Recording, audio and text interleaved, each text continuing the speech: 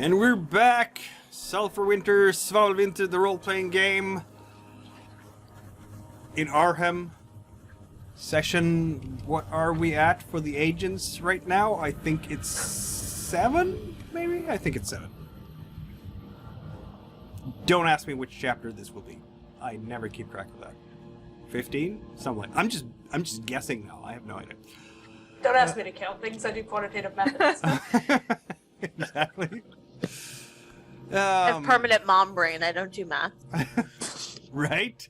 I agree with this. With us tonight, we have players from left to right. First is one Jessica, which is the Praanz Jessica. I'm Jessica Lapointe, and I play Praanz da Kaelve, a colonel in the Duchess Klenora. Indeed. And then the second Jessica. Hello, hello. I'm glad you put us next to each other, so it doesn't risk being confusing. We should also call Sin Jessica just to keep it clear. I'm Jessica B, and I am playing Malek Mangus. And then Josh. Should we Hey, call you folks. Jessica too, Josh? Yeah, we'll just go with that. So yeah, my name is Jesse. Josh Lapointe, and I'm here playing Erald de Mereld, and looking to see if I can find some more anti-creationists to go after. I mean, Malek is right. Oh, right. Not okay. And Sin. Hi, I'm Jessica Rabbit. No, I'm Sin. I am playing Lady Taralese da Bravaleti. Our local new governor? Of a sort. Of a sort. Praanz is leading. Indeed. Governor in lieu? Acting governor. Acting procurator. Yeah, something like that. Mm. Yeah. That sounds good to me. Acting procurator. That's probably an actual title that exists. And you're laughing, but the first time I dyed my hair fire engine red, I got a lot of Jessica Rabbit. It's an occupational hazard when that's your first name. It is. Indeed. That's being called Jennifer. No, I have the other 80s girl's name. I did. It's really funny, actually. Quick aside. One of Josh's best friends, when he first moved in with us as our roommate, he continually called me Jennifer for like the first 6 months he lived with us. And I'm like, you've known me for over a year now. How do you not know my name? Sometimes. I don't know. Does someone want a fate die for summarizing what happened last in Arnhem? I'm looking over who has the fewest number of fate dice at the moment. Me? Not me, and if you need fate dice, ask. I think that is, in fact, yes, Malek who has the lowest number. Yeah. So we dug in some more as to what was going on with the Restless. There was a reckoning to be paid at the sulfur camp due to certain happenings in the Game of Shadows. An attempted assassination did not go off, and heads rolled as a result of that. Lady Taralese was installed as acting procurator at the garrison and began making decisions and setting resources. An evacuation is sort of in the first stages of being planned. There was some timely interference by Malek to prevent the merchants from trying to take up spaces that could carry their fellow citizens with goods instead of people. And oh yes, they also fished Malek out of the water. I enjoyed standing at the end of the pier, ominously dripping, for what ended up being a very short conversation to convince him to help with the Restless problem. I also enjoyed launching into a very pedantic lecture about the difference between Restless and undead. Cretans apparently didn't know the difference. Indeed, and this was like a shocking twist, because of course Erald Inquisitor, Malek certainly not Inquisitor, and now they're working together. Strange bedfellows in Arham. Whatever needs to work to get rid of this lovely threat that comes to both of us. Mm-hmm. As far as Praanz is concerned, as long as you're both, trying to preserve the Empire, I don't care. I believe I also scouted and discovered that there were thousands of Restless on their way here, and that the living were outnumbered something like 100 to 1. Yeah, it was a lot, yes. Yes. Malek has took Praanz concluded... aside to tell her that in private, so as not to cause perhaps a panic. Yes. Which is also why evacuations have preparations for evacuation have started. Malek has... Praanz may have a plan. may have a plan. Yes, so we ended in the afternoon of the 24th of Misiska. Is this when the sun is going down and everybody's going to, like, supper in the garrison to discuss the situation? Yes, and this will basically be the head table. Yep. Yeah, there you are. You've collected the information. You know that there are the Restless by the thousands. They will be here in maybe a couple of days. I think we had 2 days in the afternoon, probably a day and a half. Yeah. Yeah. You did have a chat with Hilder Orntooth as well. Certainly Praanz did. And convinced him to mobilize the local militia. They're doing that. He's been talking to the locals, and you've seen people leaving Arham as runners on Hilder's behalf, because of course there's a whole bunch of farms along the coastline, up and down the coast, and some like hunting lodges and such like, whatever we could pass for lumber camps in these parts where there are people. It's going to be 5 people here, a family over there, and they all need to be notified and told about the dangers. So they've sent out runners. If we look at the map of Marjura, how about we do that really quickly? We will be able to see that, I haven't marked the villages here, but down along the coast, there are villages, and in this area here called the Yakuland, there's also some villages. There are some on the peninsulas, and the biggest single settlement outside of Arham would be over here. That's a small island off the coast. It's kind of hard to see on this map, but if you zoom in, you see that it's actually an island that's surrounded by rivers that are coming out there. That island is called Klostanoba, and has a fishing hamlet, and in fact a Bansikan academy. Praanz da Kaelve would be aware of that. There is also a couple of temples to weird religious sects. One is a temple devoted to a temple of the Falks. The Falks is a group of monks who worship cats. And that's where they live. Interesting. Yeah.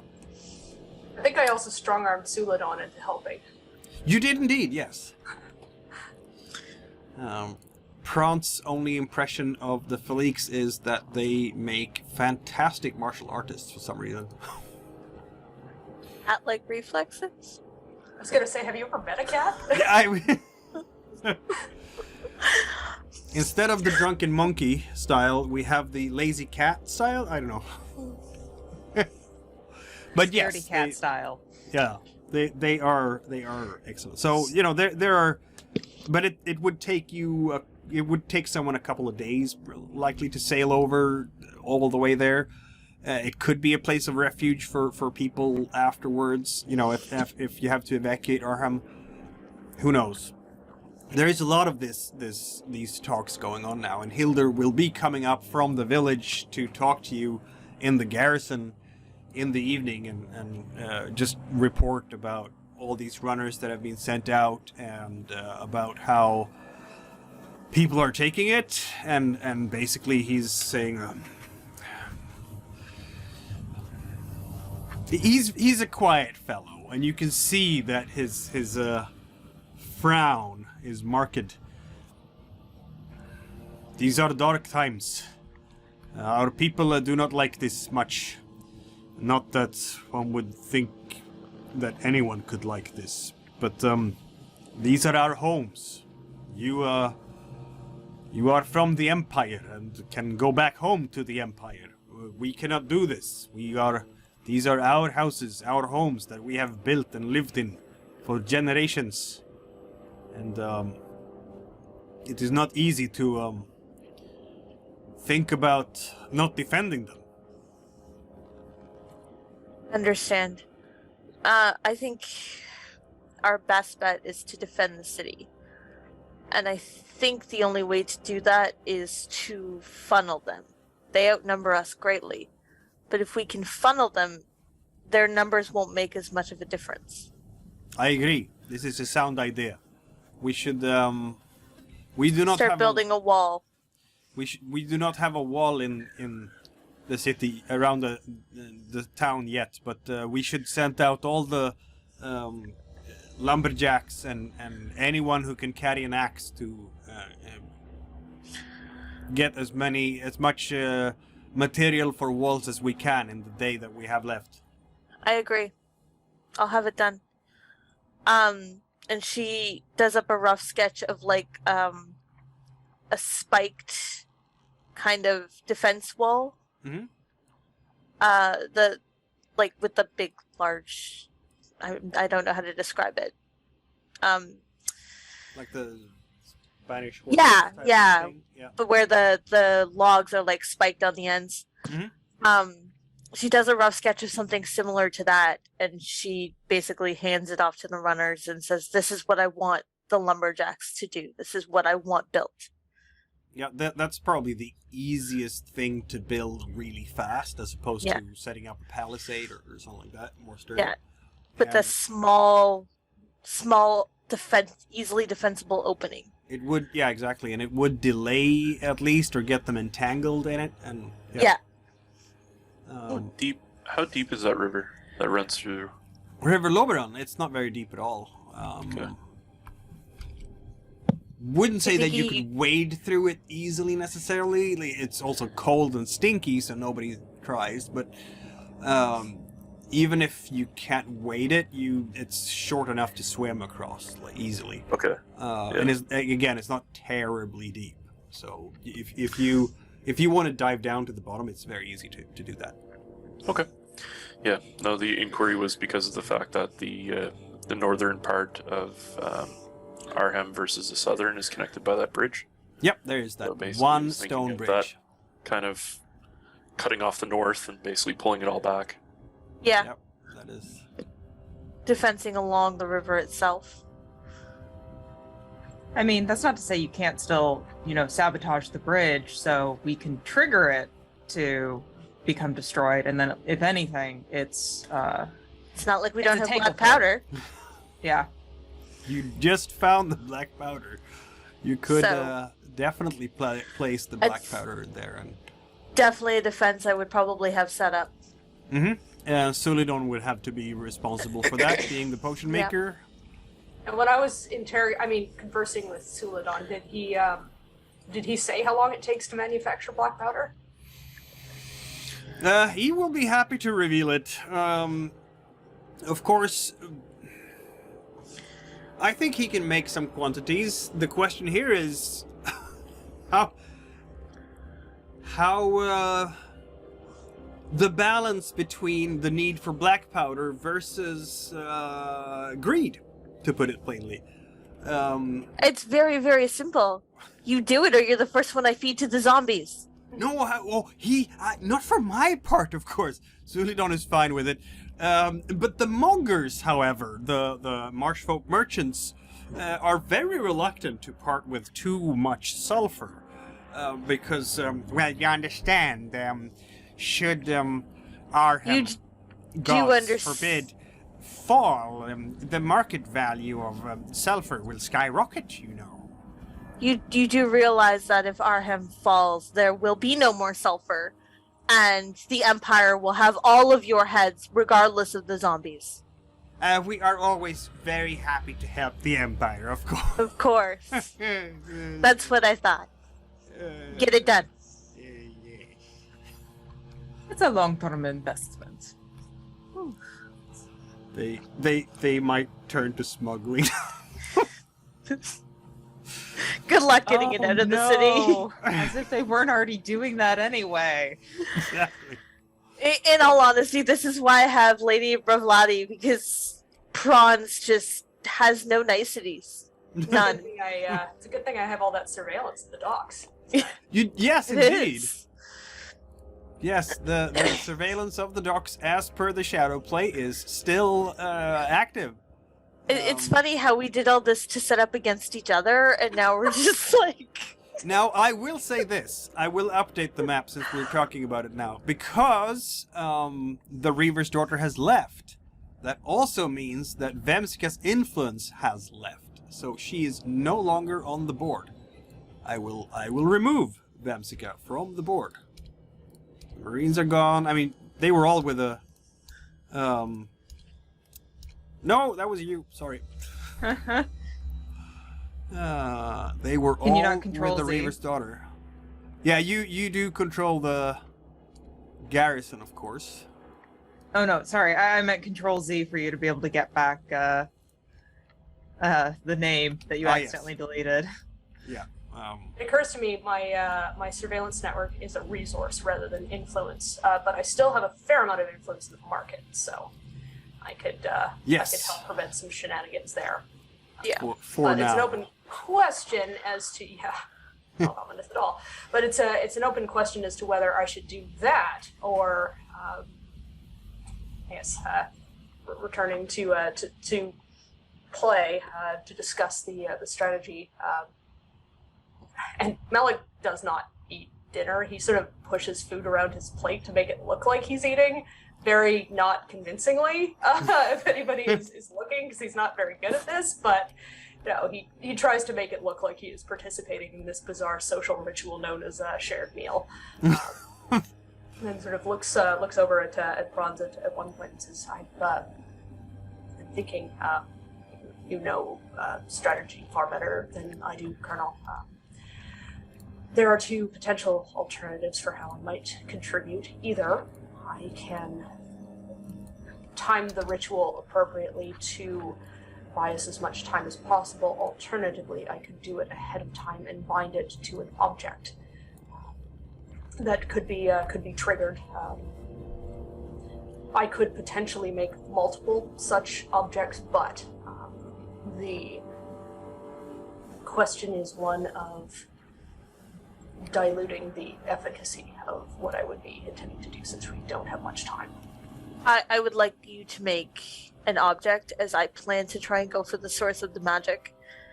The sheer amount of zombies on the way are just too much for the city's forces to handle without some kind of stopping gate on the other end. Yes, I agree. I did some scouting earlier, looking to Trakoria, which I believe is to be the source of this. Unfortunately, this city is still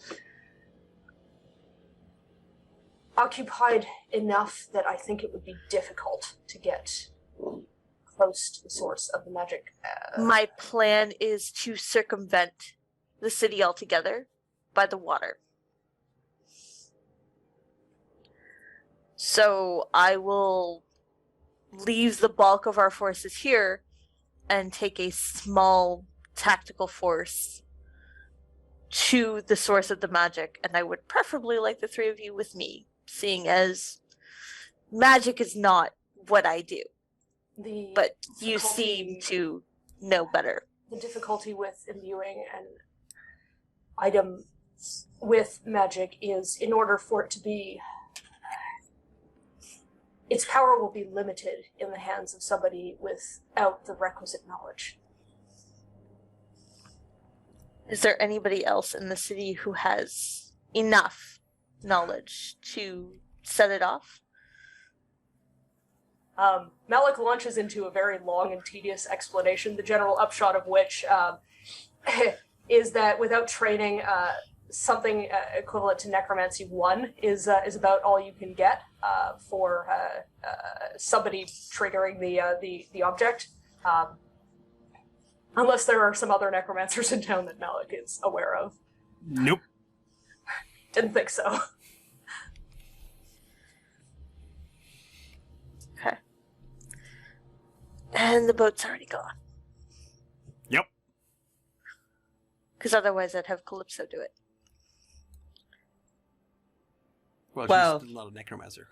Yeah. No, she's a but she's still mentalist. got some kind of magical ability. Which, as far as Praanz knows, is... Same, but different? Exactly. Same food, different flavor. Malek is now fully convinced that this Calypso person is apparently a necromancer. Cilicia will actually join you for supper, bravely trying to still play host and give you all a lot of words of encouragement and insist that you all pay very much heed to anything Master Malek might say, being wise in these matters. Yes, and then she will berate some servant for not being fast enough with the food, even though they're very fast with the food. Now, Cilicia, darling, you'll need to be careful. You're going to be in very close proximity with them for a very long time.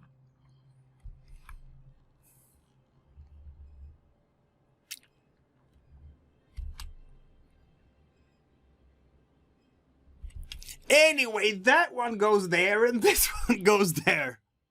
Thank you, as always, for your hospitality, my lady.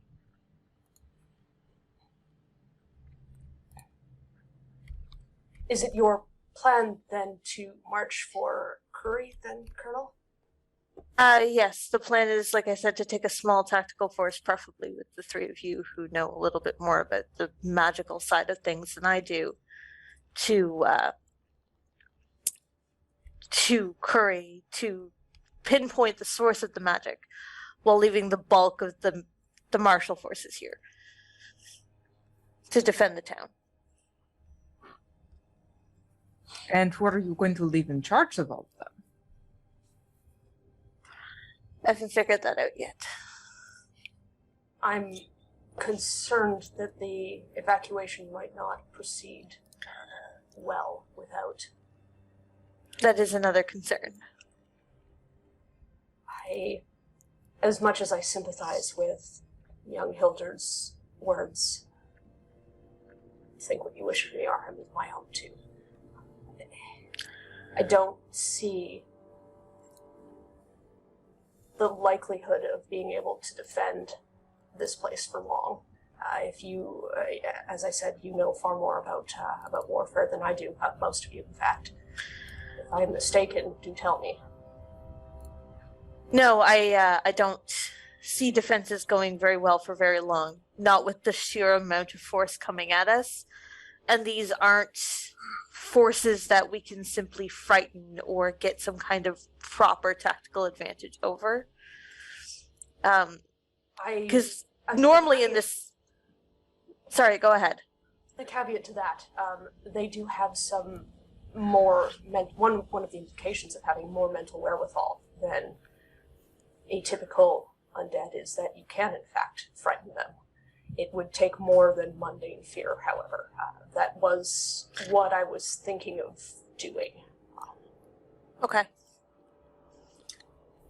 One of the potential options, anyway. You say they are particularly intelligent, no? So are they coming here because there is a larger congregation of warm bodies to join the horde, or is it because they were told, go here?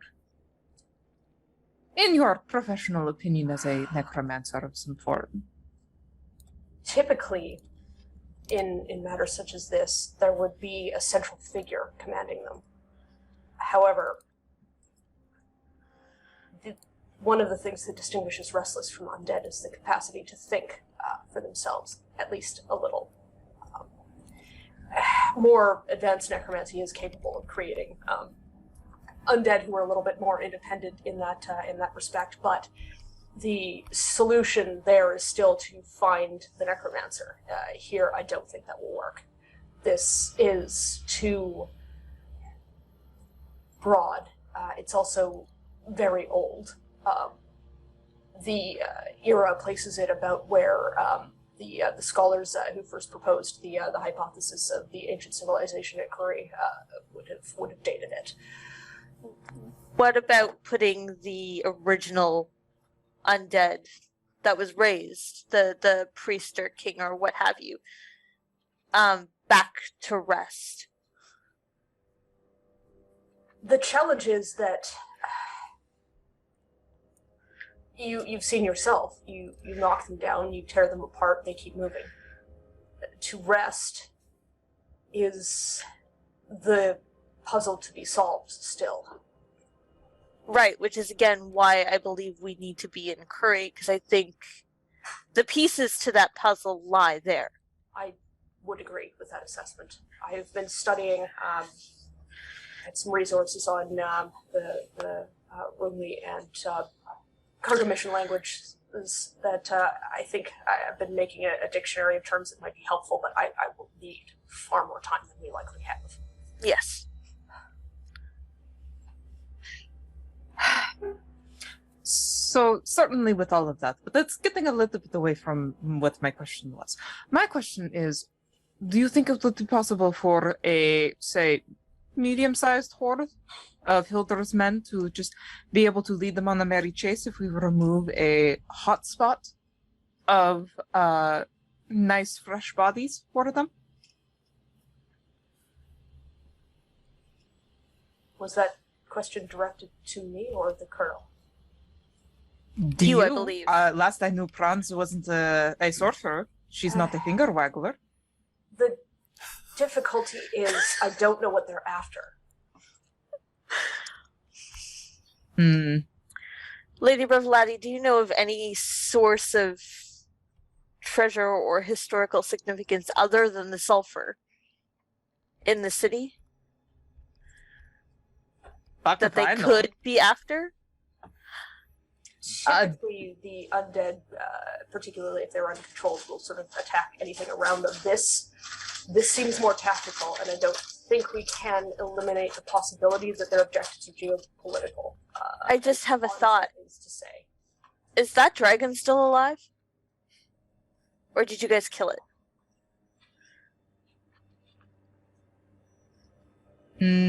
Last I heard, he's still alive and well, and he went flying off with Arn.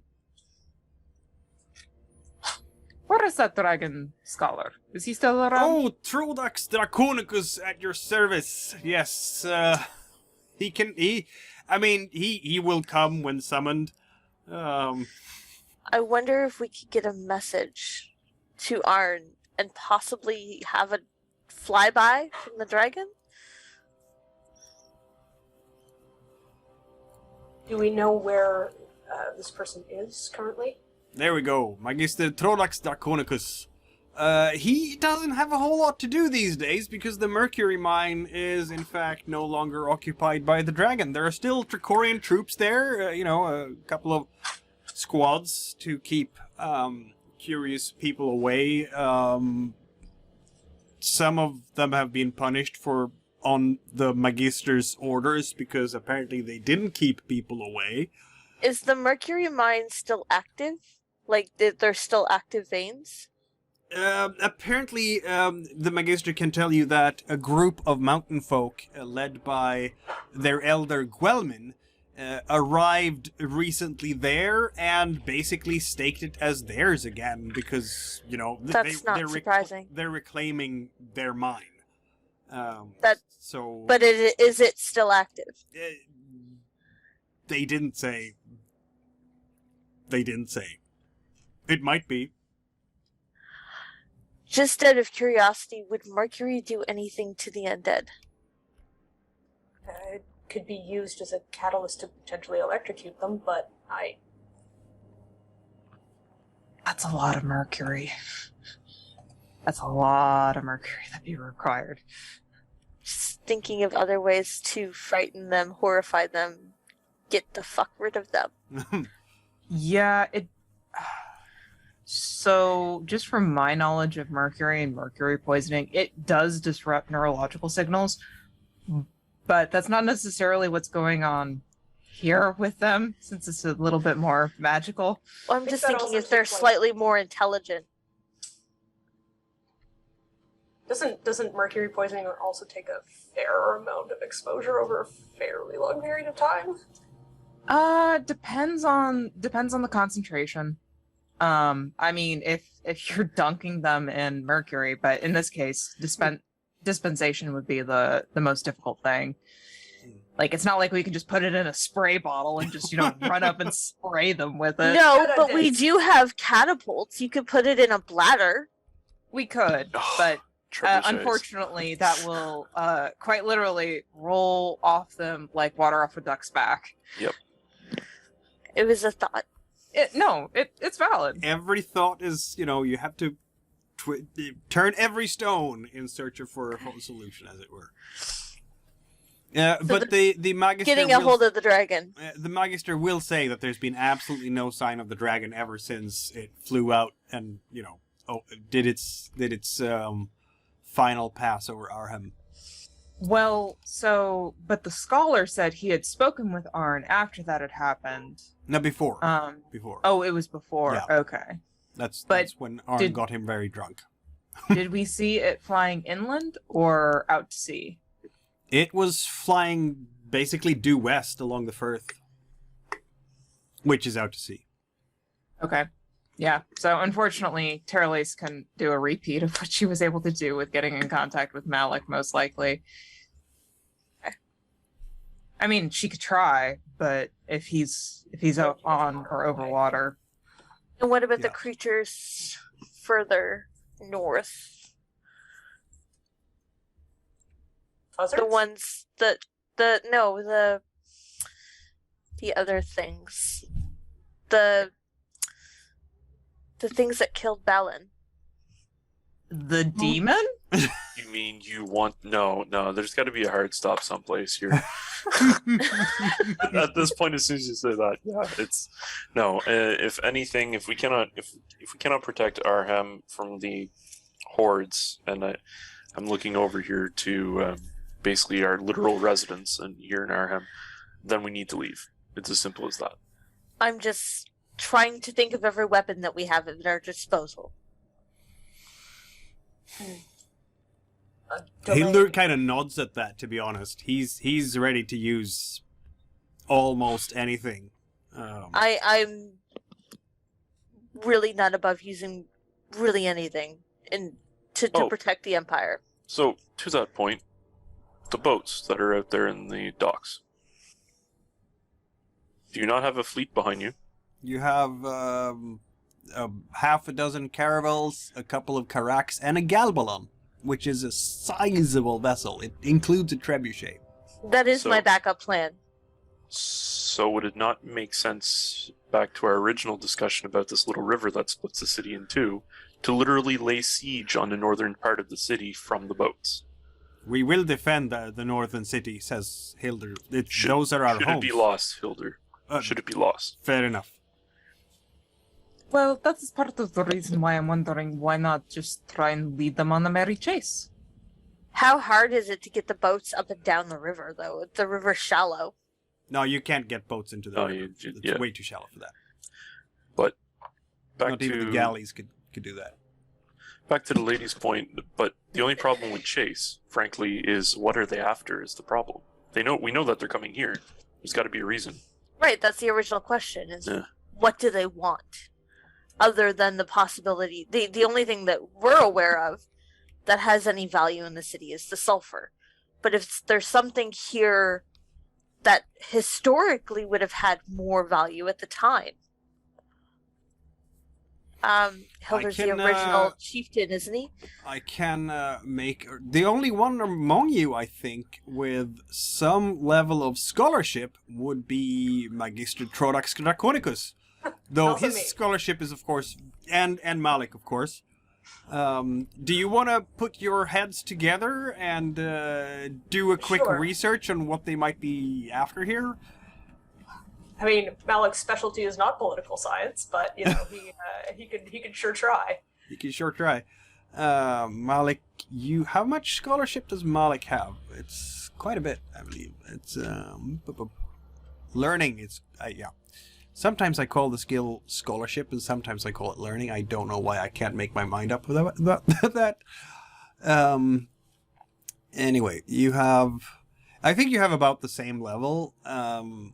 I can roll for Trodax to assist you, throwing in 2 fate dice from my chalice, from my pool, because I'm a generous man.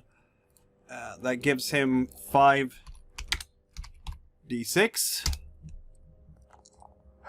Look at that! The Magister is a talented man. And, will be able to remember some things that have nothing to do with dragon lore. That gives you 2 extra dice to roll. Amazing. So that one time you took an elective on like ancient history. Yes, exactly. Given that this is directly germane to Malek's temporary goal, I think I better spend some fate dice myself here. I believe I could spend 2. Yes, you can. Alright, so that is 2, and then my wind is 3, and then my learning is 2, and then you said I had 2 extra dice? Yes. So that puts you to 7 dice, I think, altogether. Believe with the fate dice, I believe I'm at 9. 9 even. You have 3 plus 2 for... Oh, you don't include the learning on its own. Oh, okay, sorry. That's just I'll for reroll the... that then. The learning is the fate dice. Gotcha. So it's going to be 7 altogether, because 3 for wind, and then... Yeah, oh dear. That is that's a a lot of roll. sixes anyway. I'm going to go ahead and use some experience. I feel like Malek's tendency of asking unsettling questions is probably helpful here, perhaps. Perhaps. All right. Let's do that. Let's have him ask some unsettling questions. All right, so that What is is 1, 2, 3, 4 dice to reroll. Looks like. Mm-hmm. Mark the experience. There we go. That's a Much better. dirty number of successes. That's 3 plus 3 6s. If there is anything to know about this, Malek knows it. Oh dear. Malek's been here a while. Yes. Malek is so happy to be able to have these conversations in the open now. Isn't he, though? Malek will know...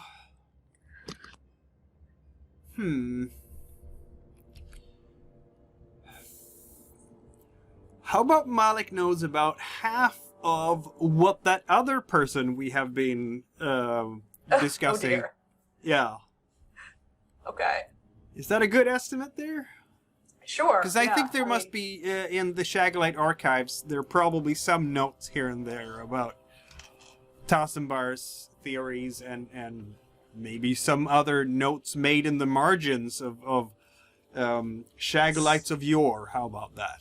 It's strange. I'm remembering some of the marginal notes in Tassimbar. You're familiar, of course. Malek gestures at the scholar with whom they're Yes, of course. The Herboster, indeed. Yes. Yeah, it's there was some calamity that occurred. Supposedly, that was the theory anyway. Cyclical event. Is any of this sounding familiar?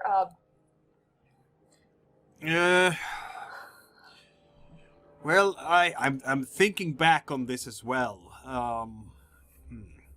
I do not have my notes with me. That makes it a bit harder to recall exactly.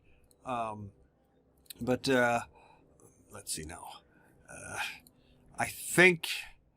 Do I know the I've been to Issaquah and I've studied. Before I, as you all know, and now Trodax is turning to everyone else because he's obviously assuming that you don't know squat. As you all know, Isakra houses the foremost library in all of the Empire, at the very least. Possibly more than the Empire. Yes, and I did spend some time in Isakra before the convoy brought me out here, and looked up one or two things about Marjura. I found various maps. What was the event, and where in town did it take place?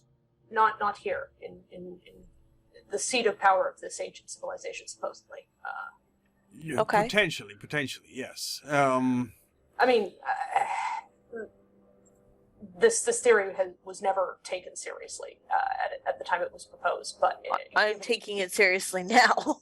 Given recent events, I think it's time for reconsideration. Yes. There was some notes on the Iron Tower in a report there, speaking of how it was constructed by mountain folks and whatnot, but that's not relevant right now. Yes. The theory, please. How much exactly do I know, Miguel? I don't want to overspeak.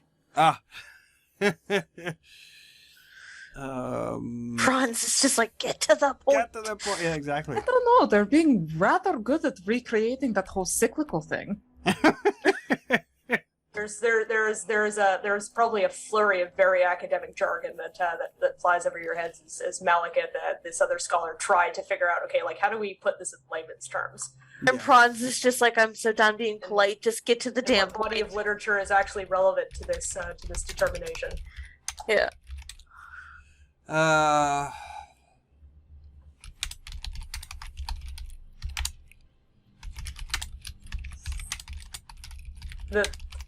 The reason I'm trying to be careful about this is approximately 90% of Malek's problems are caused by people not telling him stuff. So Isn't that how it always works? I want to make sure that I'm not overrepresenting the knowledge that he has.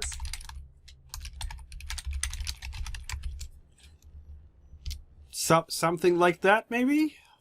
Yes. There's about. If I'm recalling the original theory was Kuri, the ancient it was an ancient sort of almost imperial high culture, very powerful and extremely sophisticated for the time. This is what got the author laughed out of the academy because the suggestion was deemed ludicrous. But there was a suggestion that they dabbled in terrible forces and made a terrible mistake that invoked the anger of the gods and caused them to be smitten and, all those sorts of things people say.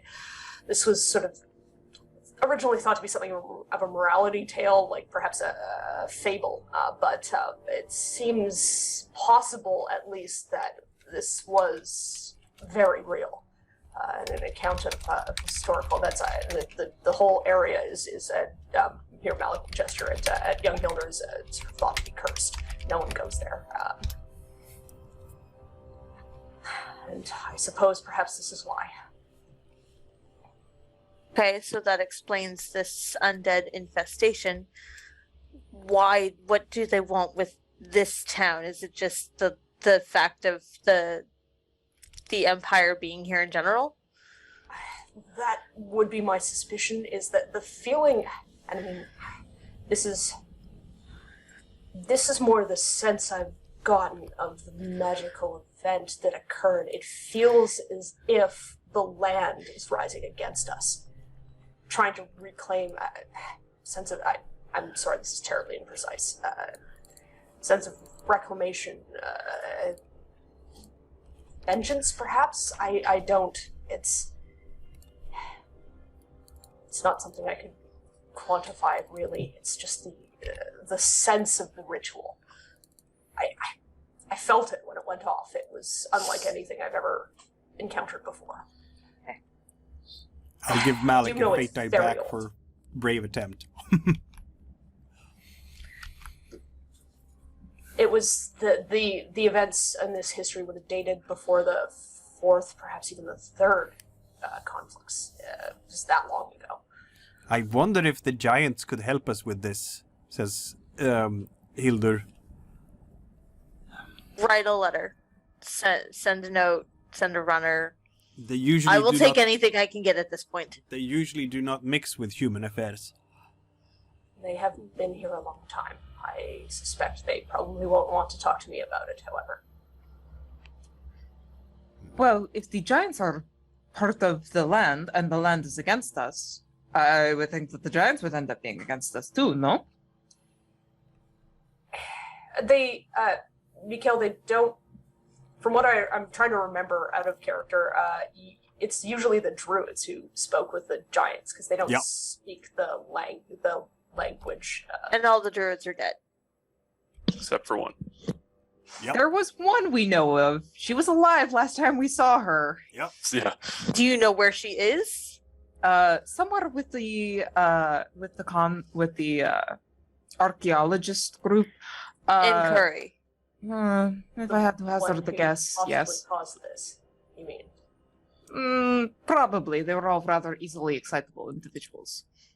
Which suggests, says the Magister, that they are all dead now. If they're not, they will be. If there's one thing life has told me, it's the fools that manage to survive longer. I have a feeling once we get there, I'll have many interrogations to do. Your favorite thing, so it's something to look forward to. It is. But in the meantime, if we're wanting to protect the people, so do we think the undead are going to come in and destroy buildings, or just kill people? My suspicion is that they intend to destroy everything. Okay. I'm not as concerned about the buildings. It can be rebuilt. I understand that it is people's homes, but the Empire will help them rebuild. I'd like to get all of the remaining vulnerable people on the boats. If they're not on the land, maybe they'll be left alone. We have spoken to all the fishers. Everyone is ready to offer extra seats in their fishing boats if needed. Excellent. The bond with the land would seem to indicate that regardless of how widespread, and I cannot overemphasize how strong and powerful and widespread this, whatever this is. Okay. However, I suspect it will not cross water. I suspect. Okay. Even so. So, I will have the fence built closer to the docks. Keep the defenses at the docks. Keep the boats defended. That way, it's easier to fall back. I'm more concerned about the population than the city itself at the moment. That makes sense. I'm gonna... Let's see now. Where's that? There we go. Buildings we can replace, people we can't. Indeed. Shall I make some drawings here, suggest where you might be placing defenses? You will have to correct me, of course. Sure. So, like, you have the North Hill here. Would that be, like... So... place something like that? Where are our docks at? The docks are down here, number 7. Oh, okay. So, what's the weather? Like, is this springtime? It's springtime, yes. Okay. Is this, like, early springtime then still, or are we getting more into late spring? It is, I mean, for you, Lady Taralese, this is very early spring. Well, yes, but I mean for the locals. For the locals, no, it's getting into spring, absolutely. Okay.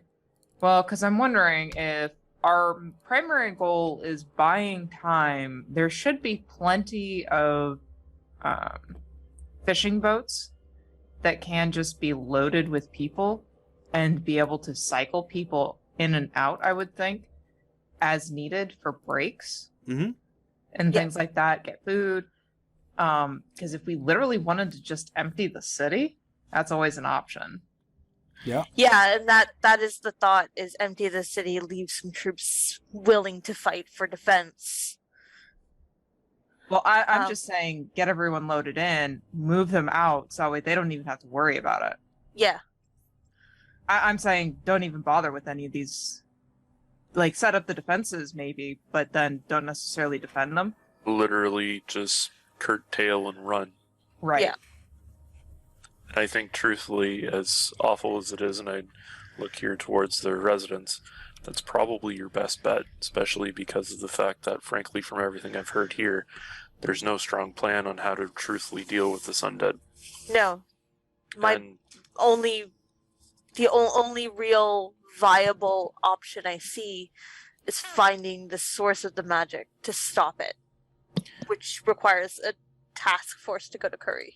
Which... No, Mister, do you read Rungley or Cargum? Say again? Do you read Rungley or Cargum? Yeah,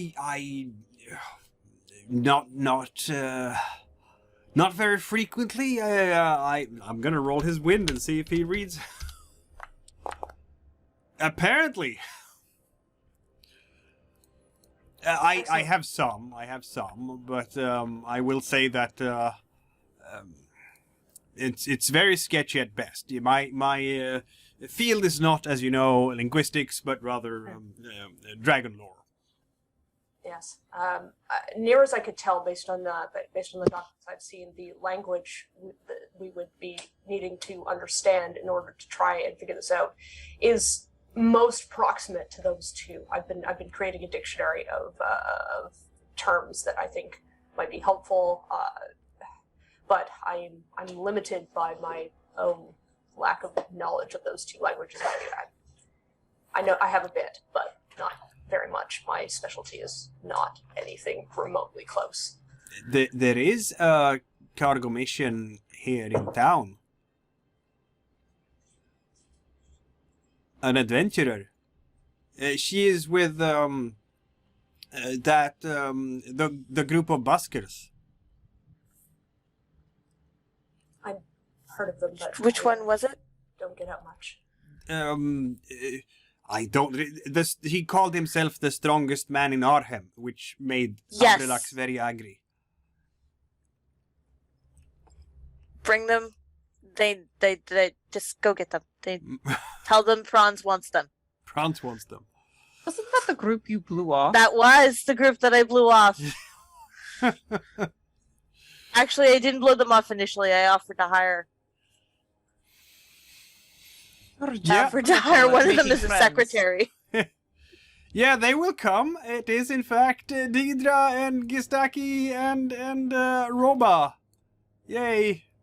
We need your language skills. Deidre will look utterly confused at this. We need somebody who speaks cargo mission, apparently. Well, that I do. Now, why would you need someone who speaks cargo mission? We are taking you to Curry. You are going to translate for us. You are taking me to... We've been to Kruri. Yes, well, apparently things got broken. You open something that now needs to be put back. They're all kind of laughing. Good luck with that. Yes, that's... we have seen it. They are... All the more better.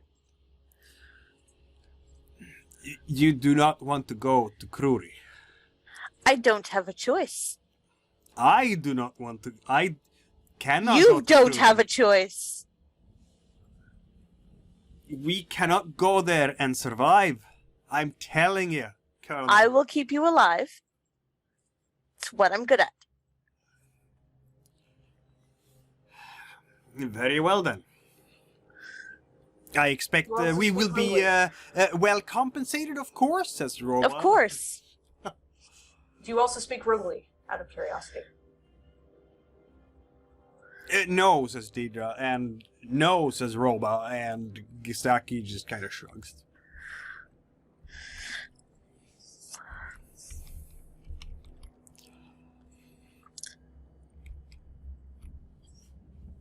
So apparently Deidre will come with, and because Deidre goes with, Gistaki will come with too, because Deidre goes nowhere without Gistaki. That's fine. Sounds familiar. Roba seems considerably less enthusiastic about this whole enterprise. You do not understand, Colonel. We make our living understand. together. I don't want to risk my best artists. Can you tell me any more about what you saw when you were in Curry? Details. Do you want Deidre or Roba to speak? Whoever has more details. Malek was just sort of addressing the group in general. Well, when we got there, says Roba, who is used to speaking for all of them, we found the archaeological expedition, including a great number of Gotthard's reavers among them. They had about a dozen or so. And they were working hard on excavating a hillside, you see. And they found a tomb door. We assume it was a mound, not a hill, a mound, really. And so they used their tools at their disposal and managed to open the door itself. Which was very promising. Of course, all we want is for great success for the Tresilvi Academy, so we can learn everything about the past. Yes, for the glory of the Empire. No, so we all offered to help, of course, for the Empire. Very glorious mission, and entered into that tomb. There were. Things had fallen down from the walls. They found some skeletons outside the tomb lying there and talked about them. And then we went in.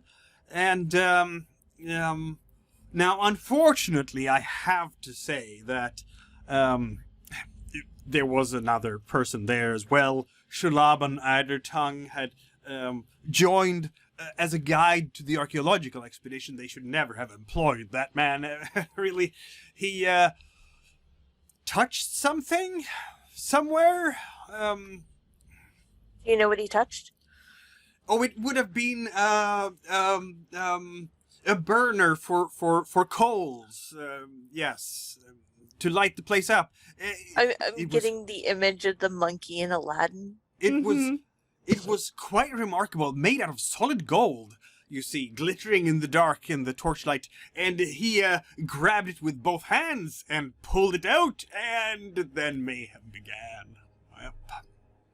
It seemed it was supporting a rock, and the rock swung inwards against the central pillar, and all the entire ceiling collapsed, is what I'm saying, yes. So he triggered a trap.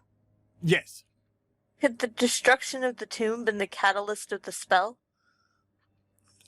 I know nothing of such things, Colonel. I'm sorry, I was simple directing that to busker, Malek. Manager of buskers.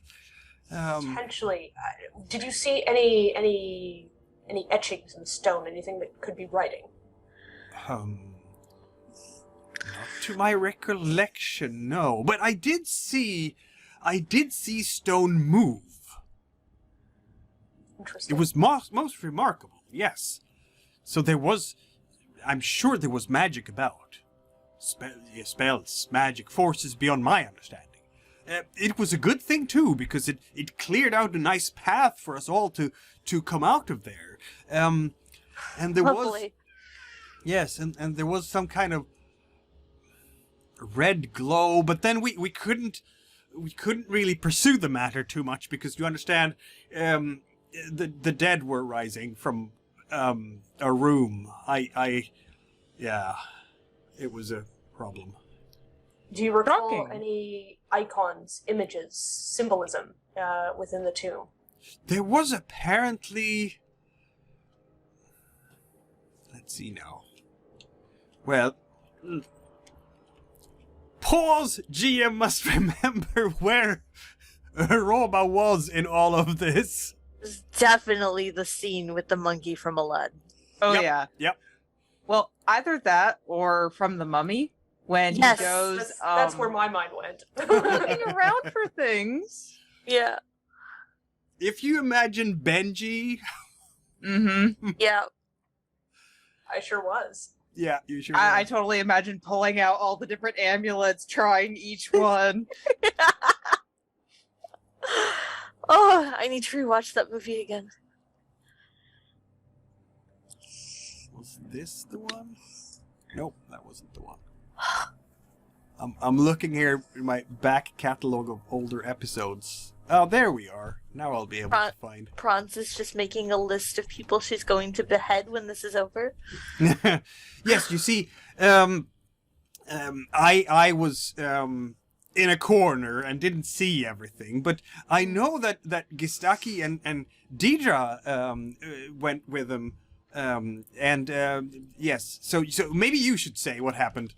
Gistaki, as always, is quiet and just very sort of unobtrusive and doesn't really want to take the floor. But so Deidre, I guess, will continue the explanation. Which one was the Carter mission again? That's Deidre. Oh, okay. Yeah, you can see the tattoos on her body. Like she has tattoos everywhere. Yes, we went in just as Roba said, and there was the cave-in, and at that time I was with Sir Artigue and Eldrida, together with Gistaki in some kind of tomb. It looked like a throne, if you will, with a long dead king and his bodyguard and maybe his wife or something sitting by his feet. And of course, Sir Artigue and Eldrida took all the weapons of because they were interesting weapons. I think Sir Artigue spoke of how some of these items were magical. There was a big two-handed sword, a scimitar, some kind of broadsword that was all black. And there was even a dagger and a mirror, if I recall correctly. Interesting objects, to be sure, but I was not about to pick a fight with them over it. And yes, at this time I believe that Roba was outside. Yes, I had made it outside. When the ceiling collapsed, I couldn't get anywhere. But yes, it was a little bit later. We made it out, all of us. And it was a little bit later that the dead rose. I was not inside at that time. None of us were. It was So it simply... sounds like the moving the brazier didn't directly trigger it, or at least it almost sounds like there was a series of events. Taking some of the artifacts very well may have. Yes. Yes, all they were missing was a letter where and a were black you- cat. You said you got out. Had you left the dig site by the time the dead rose? No, we had not. We waited for the others outside. And I know that the archaeological expedition with Breyer and the others and the Kmorda druid, I don't remember her name, they were all inside, and someone was doing something magical there more than once, and then they were screaming and running, and the dead were rising. I wonder if any of them read something, possibly. They had great deal of difficulty getting out of there before. Thank you. Yes. The magic would be my suspicion as to what triggered it, although it is potentially the case that removing the artifacts from the tomb might also have. They did what adventurers do. They came in, they broke things, they took things, and they ran. I don't know. A brazier fire, isn't that often associated with the spark of life and the fire within? So to me, maybe that is the key. Maybe that was the trigger. I don't imagine just simply dousing it with water would actually put it out, if that was the case, though. No. I mean, it was the spark. It was the source of how to reignite and bring back life. Possibly. I mean, it sounds like they practically were still ready to hold court. I No? mean, stone moving on its own certainly does suggest evidence of a high culture, whether this was some sort of mechanical mechanism or a Magic. spell. to last for that long. Oh, the stone moving, says Deidre, was certainly a spell. I don't know who cast it, though. If it was inherent in the tomb, or if it was one of the archaeologists who worked with the stone. Are these... I suppose that's also possible. Archaeologic... Are they still at Curry? Or are they... Oh no, we split up after this. I don't know where they are. They were still at the dig site when we left, but I seem to recall they might have been going north or something. We haven't seen them since, at least. Questioned.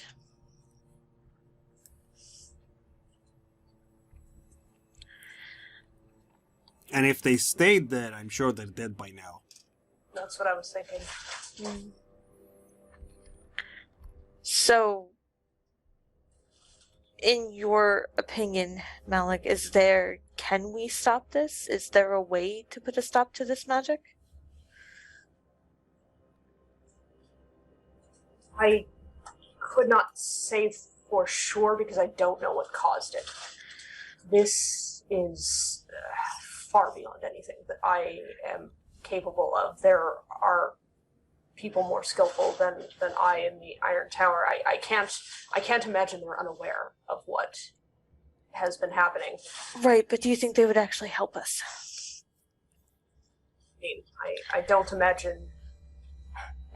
Imagine having an effect like this going off in your area of residence is good for anyone. No, but given what I've seen, I don't know that we necessarily want to be reaching out to them, and I'm fairly certain Erald would have great offense if he could even imagine half of the things that I saw. I am disquieted that I haven't heard anything from them. And maybe they picked up and left. Up. It could be that they came to the same conclusion that we've all come to, which is that defense of this place is untenable. The Iron Tower is a place of scholarship. It's not a castle. I don't know. There's quite the army being summoned.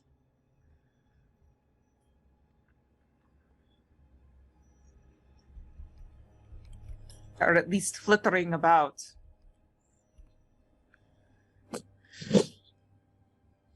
Yes.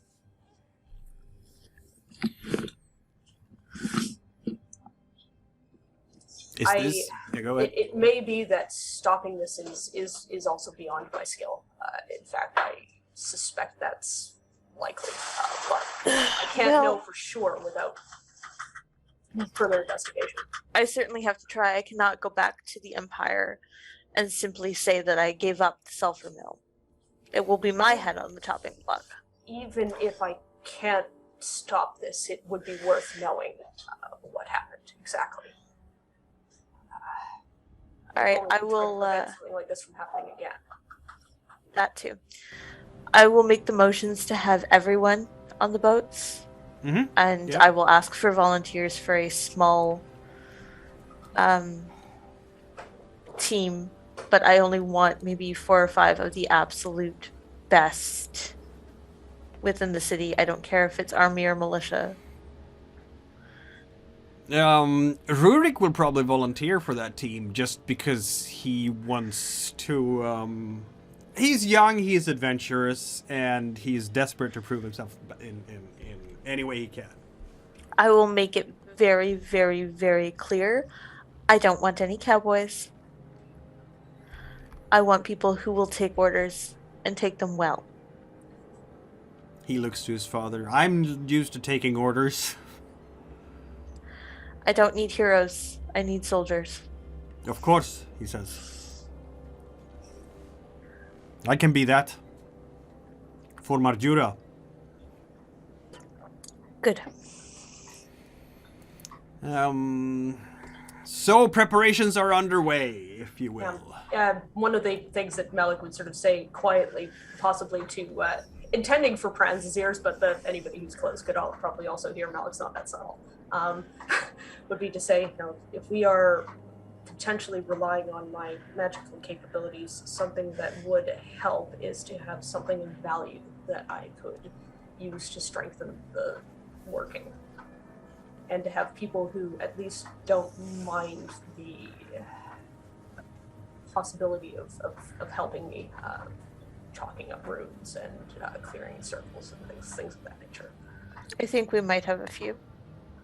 She kind of side-eyes Lady Taralese. Fine, but you'll have to keep Erald busy. He doesn't have Balan to keep him company anymore. It's not necessary to have any particular knowledge to help me set up the ritual as long as you can follow instructions. Oh, please, I know my sigils. I more meant it doesn't necessarily have to be a magic user who assists. Is there anyone else you can think of that could assist us? Asking to Lady Taralese. Unfortunately, she left on the boat with Malek. Yeah, I figured. Are there any other priests, or did they all get run out of town? Yep. Yeah, okay. It's interesting. Right now, the only religious authority on the island is Barú Erald. Or not on the island, in Arham. And all he knows is if it looks somewhat demonic, anti-creationist, I should be burning it, but for the greater good. Exactly. Yeah. His knowledge is the exact opposite of what we need right now. Which is hilarious. Damn it, we need a priest, not a Templar. My other thoughts. I will likely be recruiting the Wolfkin. Mm-hmm. They've served me well. Yeah. You still have them here. The I mean, they have runners out to scout and things like that. If you want them to, not a problem at all. Would the potioner be of any use?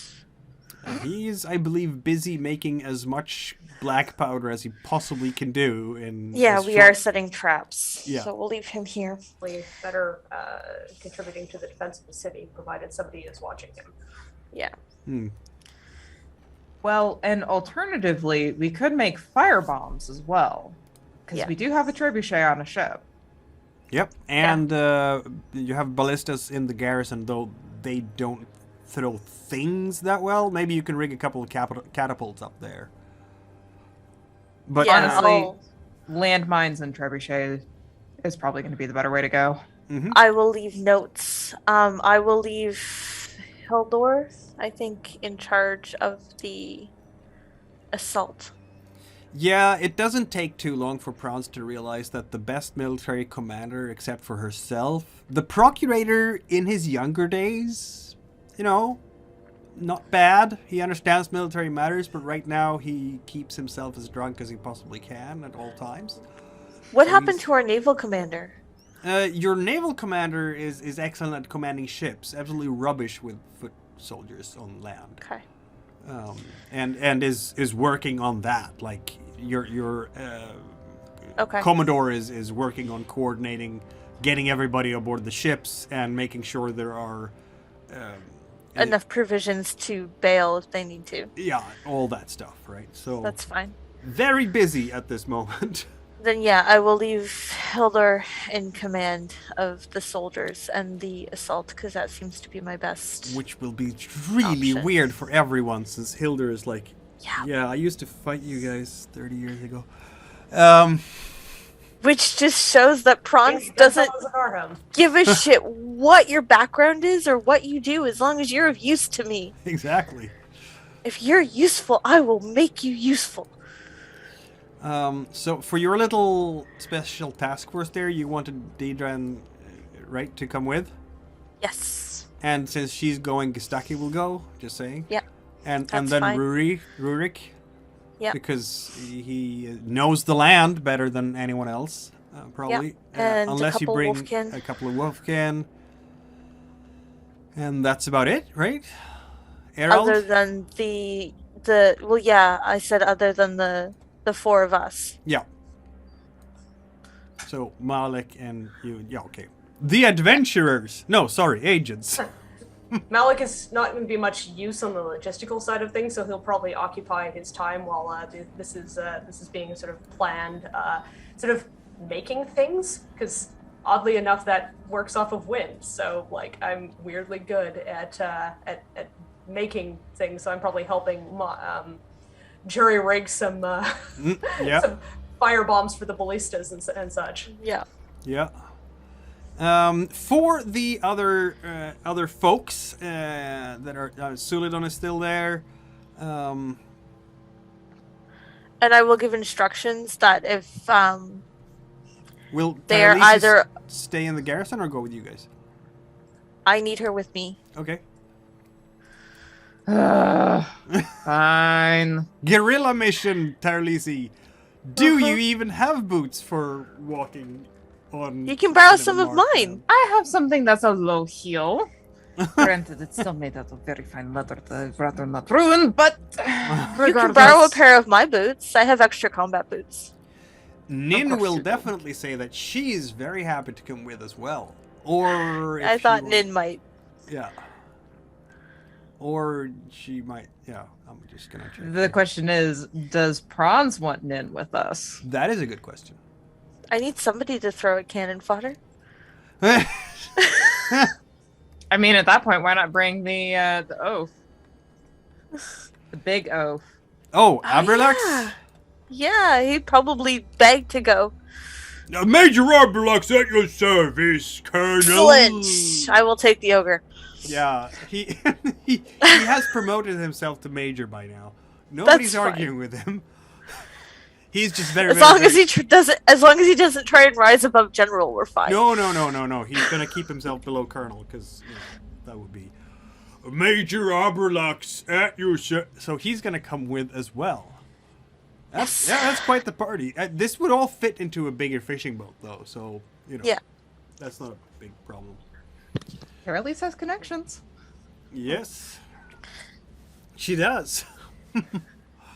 Other than that, I will make sure the boats are provisioned. I will leave instructions that if they become overwhelmed, to bail, to leave for the Empire, or if they, if our party has not returned within a week. How long does it take to get there? A day, half a day even. Okay. If our party has not returned inside a week, or they become overrun, to leave for the Empire. Very well. Oddly enough, then, Silesia and the Procurator will take back control over the garrison for now. Why? Silesia The entire city's promises- on the boats. Silesia is on the boats, of course, but Silesia promises that she will get Gotthard sober enough in the morning to be able to assume command and do at least something. Taralese will tell the butler, keep an eye on him, and if he tries to order him or Celise try to make any unwise commands or start abusing the other servants too much, feel free to sabotage them and do what needs to be done. Silesia is also muttering something about the Procurator being a piss-drinking toad spleen, Please let your butler know that if those two are found dead by the time we come back, there will be no charges. I recommend food poisoning. It's safest. It will keep them quiet. Give her food poisoning, just keep feeding him alcohol. Are He you would gonna certainly drink himself to death if you let him. leave immediately or in the morning? I'd say in the morning. yeah, It'll take time to get everything organized. Except if we're sailing, leaving in darkness probably doesn't seem that wise. What, underwater reefs? It's fine. All right, and of course, Rurik and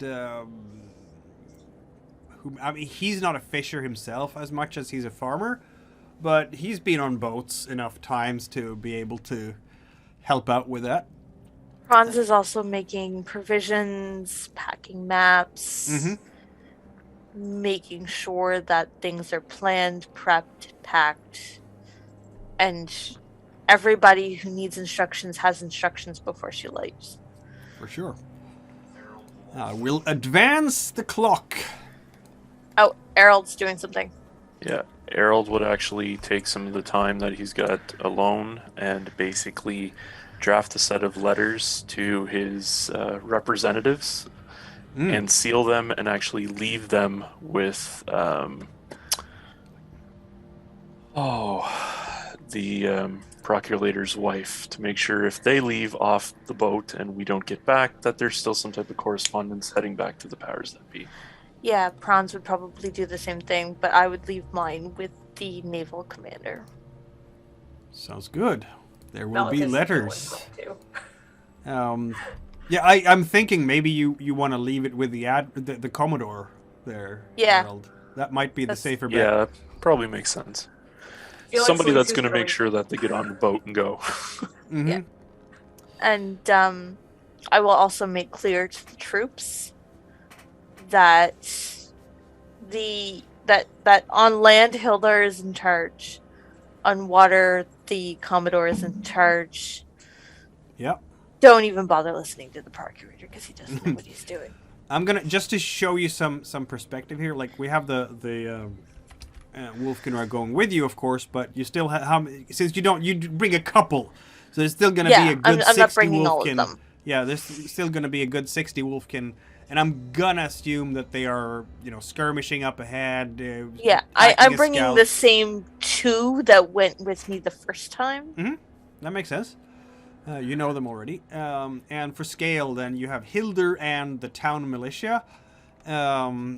They are about 100 or so. Yeah. Anyone who is fit enough to wield a spear, a bow, a crossbow, an axe, all sorts of typical farmer implements that can be turned into a killing tool. There will even be some folks there with pitchforks, which is, Aw. But they've also hidden away some of those weapons that they used to fought the Trakorians, a generation ago, and they are now dusted off. There are some crossbows in there. There are some, I wouldn't say swords, but axes that can do damage. So Axes that for sure aren't hatchets. Yeah. that for sure aren't hatchets, exactly.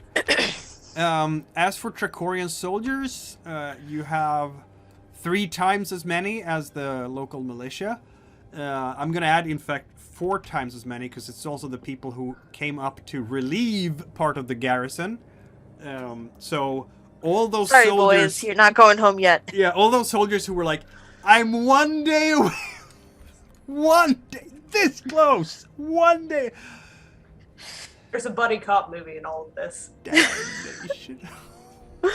Damnation. Yeah, but is it Malek and Erald, or is it what section of us?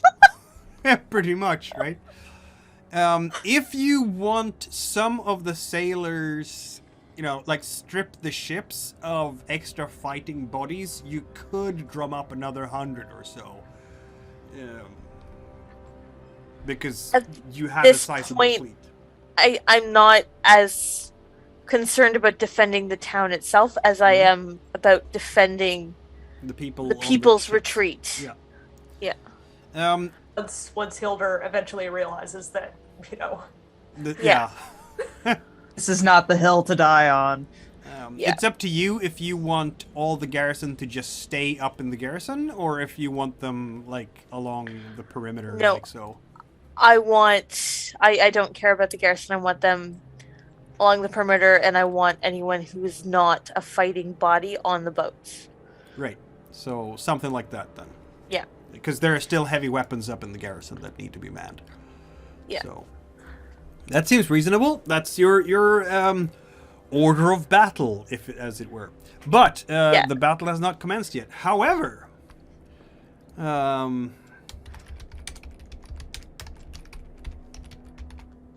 Just trying to think of everything Praanz would do before she leaves town. there we go. Assuming she's not going to come back.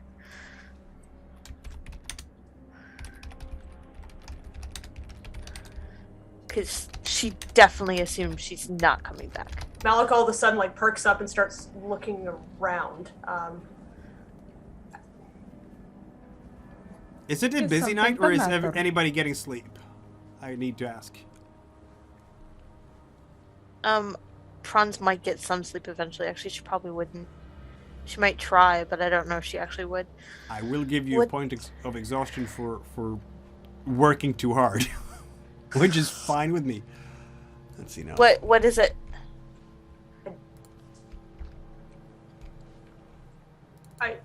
I think they may have attacked the Iron Tower. Oh shit. Oh no. That would explain why I haven't heard anything.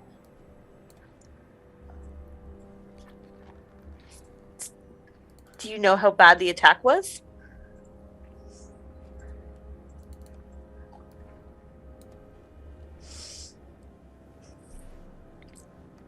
Heavy casualties, if nothing else.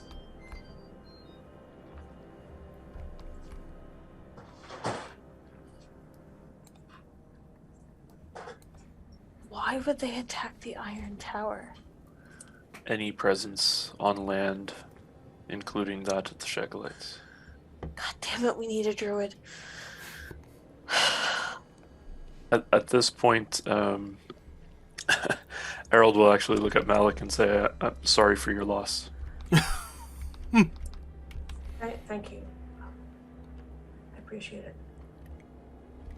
It's gone.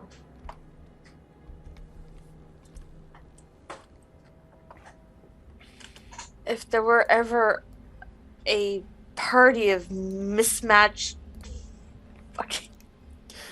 Yeah. It But sounds like the start of greater a evil. bad joke. Right?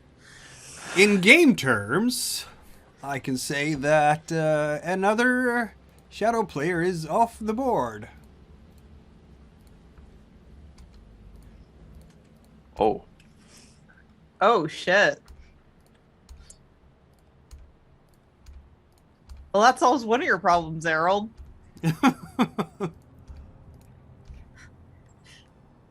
You know it's serious when the undead took out the necromancers. I Yep. mean, okay, hang on.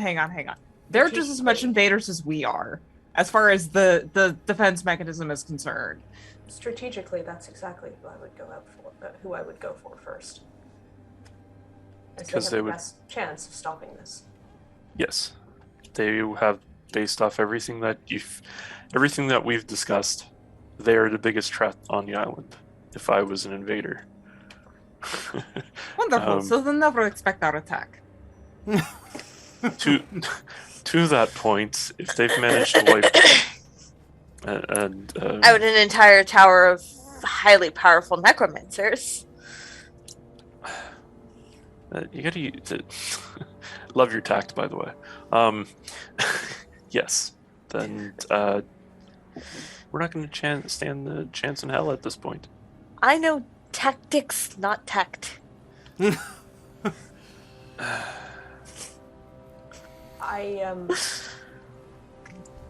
Mikhail, I would like to enact Malek's particular method of scouting, please, to see what's going on in Curry right now. Okay. Is it getting emptier? Yes, that is straightforward and easy to see. This is so fucked. It doesn't take more than a couple of hours. I mean, if anything, to me, this feels kind of like they've left their home base defenseless, or at least severely underdefended at this point. I will examine the situation and report back what I find. Malek will be busy for a couple of hours doing so. I'm gonna put it to nightfall here until you tell me that you're going to the day, because this is all taking place at night now. Or at least maybe help Malek with getting all the sigils and proper ritualistic bits set up to aid in whatever he's wanting to do. But then after that, okay, good night. I think we're sort of putting the necromancy on hold for now, and because I don't know that I could do much to help, absent me actually being here. Since there's not going to be anybody who could set off like a spell that I bind into an object, at least not with any degree of effectiveness.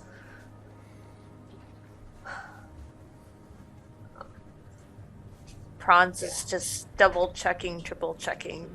Yep. Writing reports. Yep.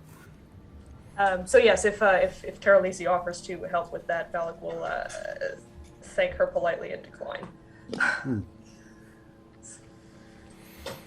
This I can do easily myself, but thank you.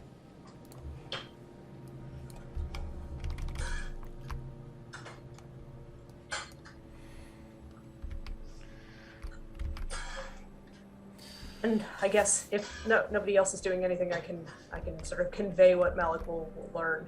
Yes, that's going to be in the wee hours of morning. From Mikhail's notes that he just sent me. There are yet thousands of Restless still in Curry, about equal to the number headed this way. I don't know if we're going to be able to get through.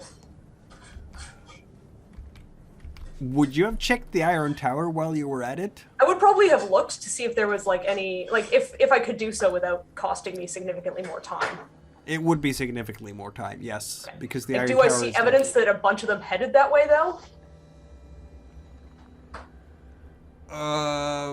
Again, significantly more time, because now we need to go down and, track things on the ground and stuff like that. Okay.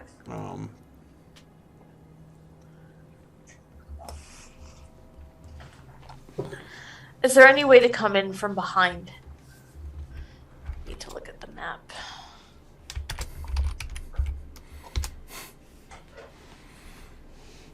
So the Restless who were in Curry, what were they doing? Were they just like chilling there, or were they actively engaged in some form of activity? They seem to be mostly just walking back and forth and doing meaningless things. Though there are guards and soldiers, at least they behave like guards. They might not even have weapons all the time, like a spearman standing sentry somewhere or patrolling up and down a particular path. Just like with like this. Just holding the hand like that and holding the other hand like there's a shield there, which definitely isn't there, or maybe there's just two planks of a shield that has rotted long since. They seem to be acting as they would have in life. Yeah, others are sitting on what passes for like as big stone, using it as a chair and eating really just mud with grass on it, which just passes through the lower parts of their jaw and falls down on their chest and rolls down on the ground again. They're acting as if they're alive. Oh, what about their state of decay? Are they mostly desiccated? Are they fresh? I'm guessing skeletons mostly. Bog people. Like you've seen dead bodies who've spent a lot of time in a bog, like 1,000 years. Malek probably launches into another tedious lecture about. Taralese falls asleep. Because I mean, unlike languages, this is his specialty. It is. Praanz looks like she's got a massive headache. Erald actually would have made himself back to his room for the rest of the evening. Yeah, he's gonna sleep, right? I'm gonna sleep. Yeah. Praanz is still going over attack plans and trying to think this through. Interestingly enough, Malek does not get a point of exhaustion for being up all night. I'm guessing I'm not at risk of that. Nope. If I can sort of help in ways that let other people get sleep, I would happily do so. But Praanz will get one. Taralese, are you up long enough to actually get a exhaustion? No, maybe not. No. I don't know. No. No. I feel like Praanz is too much of a control freak too. Yes, I will. You know what? For that, I might almost give you a fate die. Just even though it's not, strictly speaking, your bane. It's maybe it's more your destiny to remain unflinchingly upright and unbending, like an oak facing a storm. So, there we go. Fate die for Praanz for staying up all night. Just not gonna... We're not yielding. We are not yielding this. Malek tries to help, but is probably largely ineffectual. And eventually probably just goes back to Villa Sunbask to pack Praanz will probably just continue to question you on what you know about undead and what you think about the possible ritual and ways to circumvent them and how to get around them, and she's literally trying to find a tactical advantage somewhere, anywhere. Did I see anywhere that it looked like we might be able to sneak in? You know what? I sent you a thing on that. That's...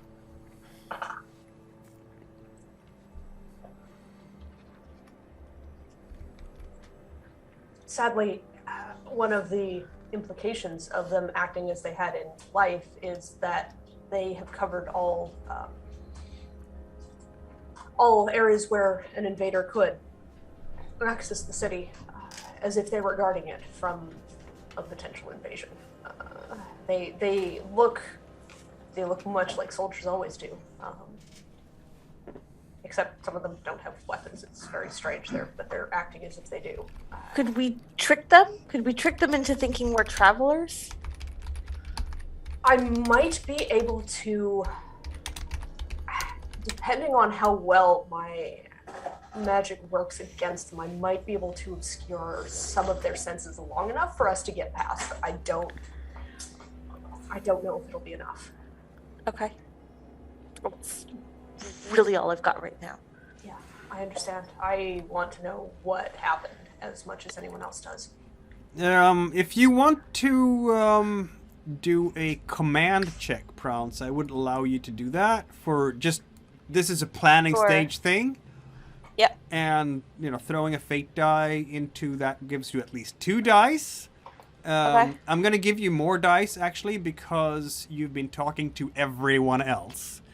Okay. Malek, all that information provides you a die. Hilder's information provides you a die. So that's 1, 2, 3. So 4 dice at least. Okay.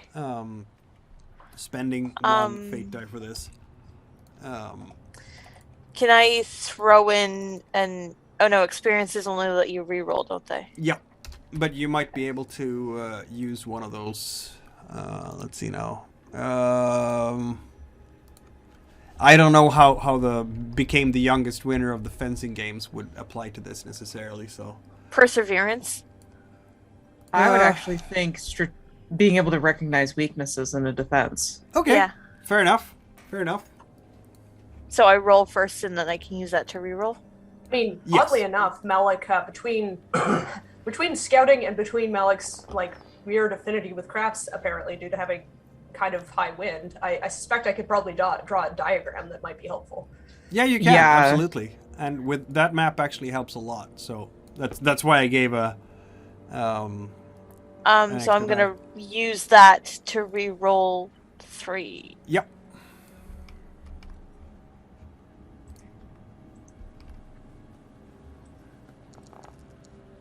Much That's better. Including a 6 on that one. Yep. That is lovely. Yeah, Praanz. Hey, I used all my experiences. The gods have terrible news for you. You don't like being put into a corner with no way out. And that very much feels like you've this. been racking your mind to the point of fatigue and realizing yourself that this is not good for you to be tip-top. But, needs must. You just don't see the odds in your favor. So, to get to the tomb that Deidre spoke about, which is somewhere in the middle of Kruri, you have to somehow get across those marshlands and the field, the ruined field of Kruri, without thousands of Restless seeing any of you. That's next to impossible. That's recognizing, too, that once you get to the tomb... It might not have the magical power that I need to do what I need to do. Exactly. And then you have to get out of there, too. So And assuming I haven't put all the Restless to sleep by then, then you're I have up. to get past them a second time. Then you're up the creek without a paddle. So the odds in Praanz's estimation for pulling this commando raid off after Malek did that scouting trip, it's a suicide mission, as far as you're Can't be concerned. done. You need knowledge that you don't have. It would be an absolute fluke if this succeeded. The real likelihood is everybody dies going in before you even get to the tomb. That's the real likelihood, just based on the sketches from Malek. Which is severely disheartening, knowing the doom that is approaching Arhem. But at least you can put it in your report that you've turned every stone, and if you want to really, cover your own bases with the capital, with your boss in the Digitalonga, with the Emperor, with the throne, in practice the Empress, you could still undertake the mission to go to Kruri with that ship, and now you're thinking as a politician, right? Debark, see that it was impossible, and get out of there before you lose too many people. Okay. That is something you could do just to be able to put it in a report that you tried. Yeah. Or we could not and say we did. Or you could not say you did. That's who's gonna say that you didn't, except possibly Nin. She could just happen to fall off the side of the ship, too. Everyone saw us preparing to leave. So that is the situation in the morning as the sun comes up, and there's also a bit of a crowd in Lowtown. Hildur is speaking to them. They are very unhappy. Like, a lot of them have loaded carts and wagons with belongings. You can see a steady stream coming in, people coming in from the countryside. They're starting to come in now from the farms, from the lumber camps, from the hunting lodges. But there are a lot of angry Marjurans saying that they do not want to leave their homes. They will defend. So, they want to defend our homes. That's the general attitude Praanz comes down to the docks after I've explained to the rest of the group that this is a lost cause. There's no way to get in, get out, do what we need to do. We don't have the magical ability. We don't have the people. We don't have the weapons. We don't have what we need to get through. We just don't have it. There's nothing. From a tactical standpoint, basically explaining that this is a suicide mission. And even attempting it, we still might not get it, and we would die for nothing. So after explaining that to the group, I go down to the docks, and she's basically got a flask of the coffee equivalency. I can't remember what it's called again. Mocha. Mocha. In her hand, she looks exhausted and angry and just not somebody you would want to tangle with right now. Malek looks normal. Well, I was going to say, she sounds normal. This is Praanz on her worst day, basically. Yep. Because she does not like, in any way, admitting defeat.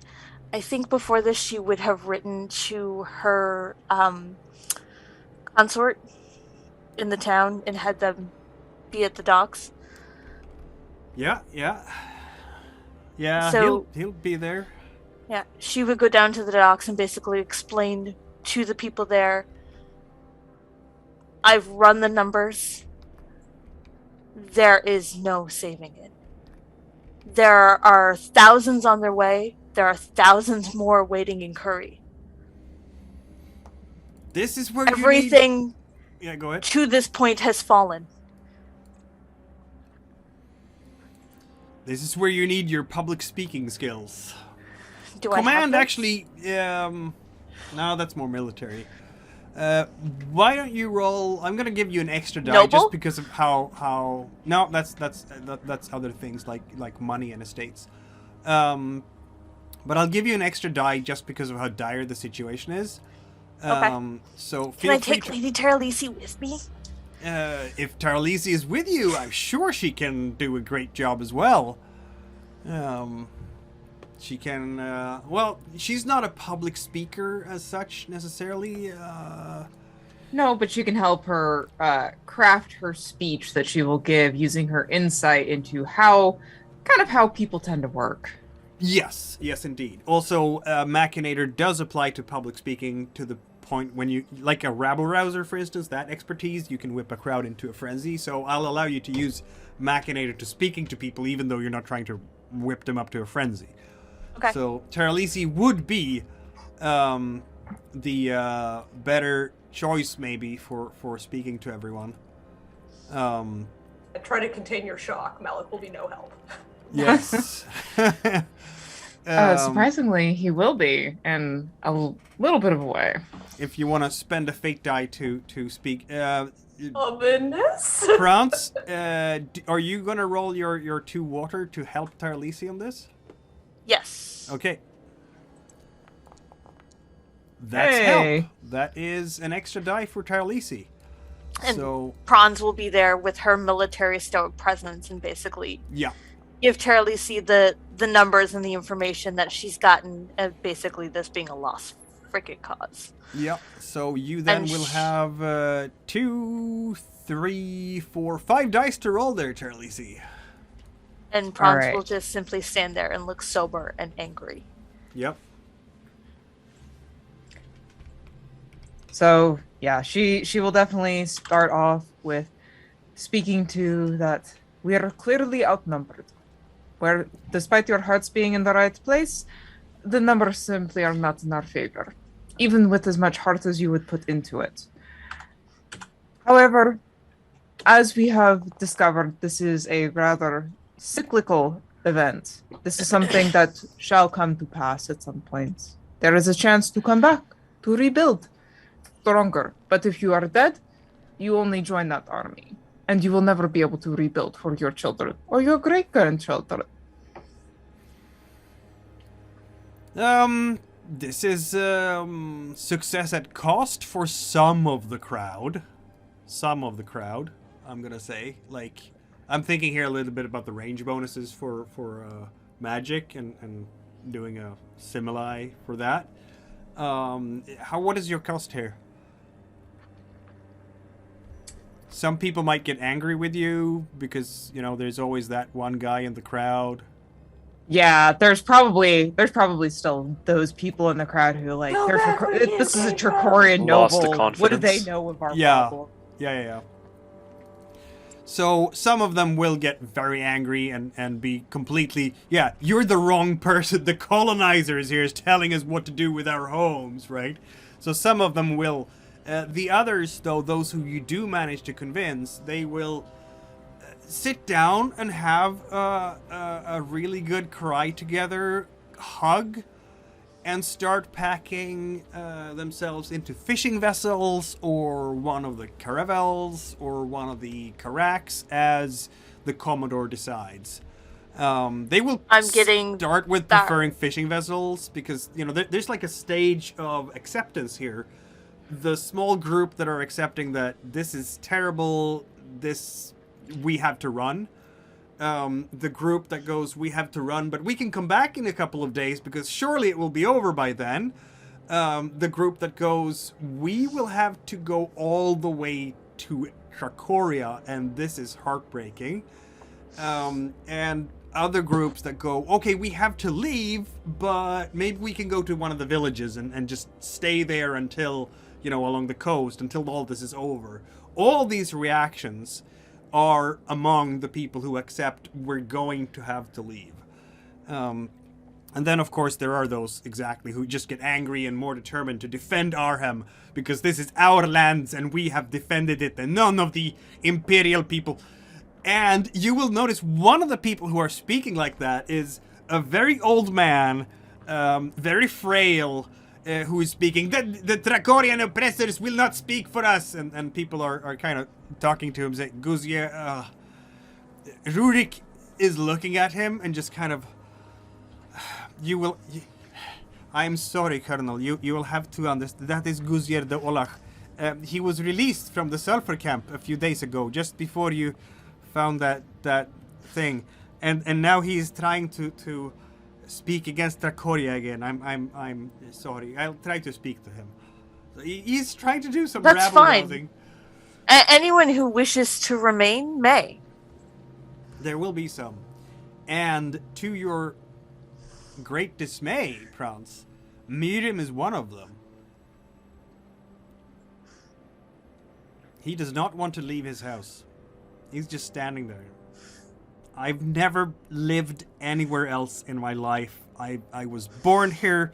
My parents died here. There is nothing else for me.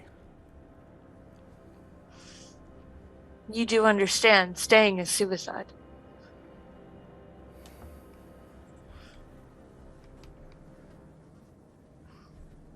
Just kind of looks away a bit.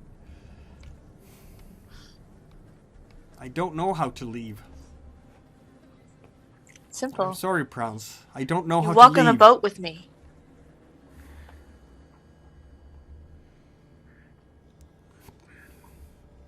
I don't have anywhere to go.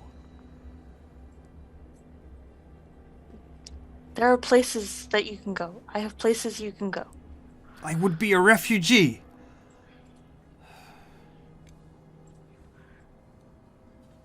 Scraping A by. protected one.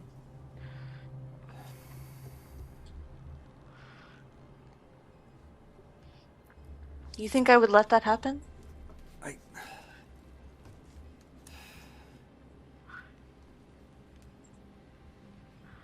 I don't know. I don't want to go. I can respect that. But the reality is, if you stay, you will die. There's no other way around it. And I don't have the resources to stop it.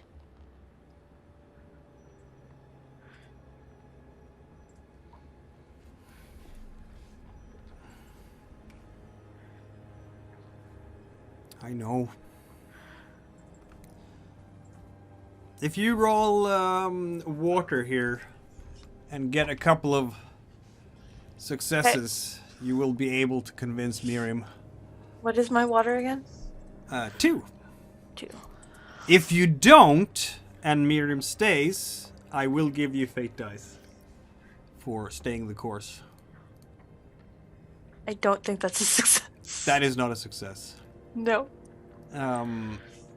Yeah, Praanz will stay the course. Praanz will keep working and has to see Miriam walk back to his little cottage.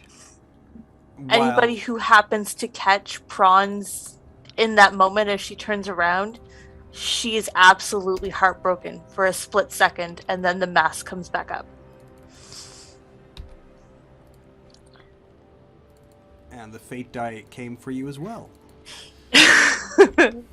This is a mechanic called challenging the destiny. Sometimes us storytellers will do that. Yeah. Praanz had a secret lover. Yes. I have been getting that sense, yes. Mm-hmm. An emotional morning in so many ways for so many people. Praanz seems Yeah, extra people- angry now. Yeah, oh Unfortunately, yeah, for all no concerned, doubt. Malek cannot read people for shit, and so probably he's gonna come rolling up to Praanz like immediately after this and ask where Praanz wants him to set up the ritual. Then she will gesture to some random area. Yeah, Erald will actually follow suit with Malek at that point. Mm-hmm. Only to see if he can actually assist in some way. Because at this point, for all intents and purposes, yeah.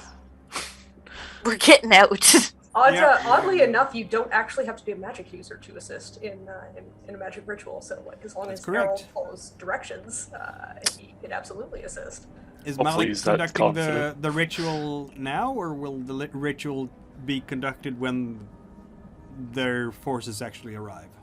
I mean, do I get extra dice for taking a really long freaking time about it?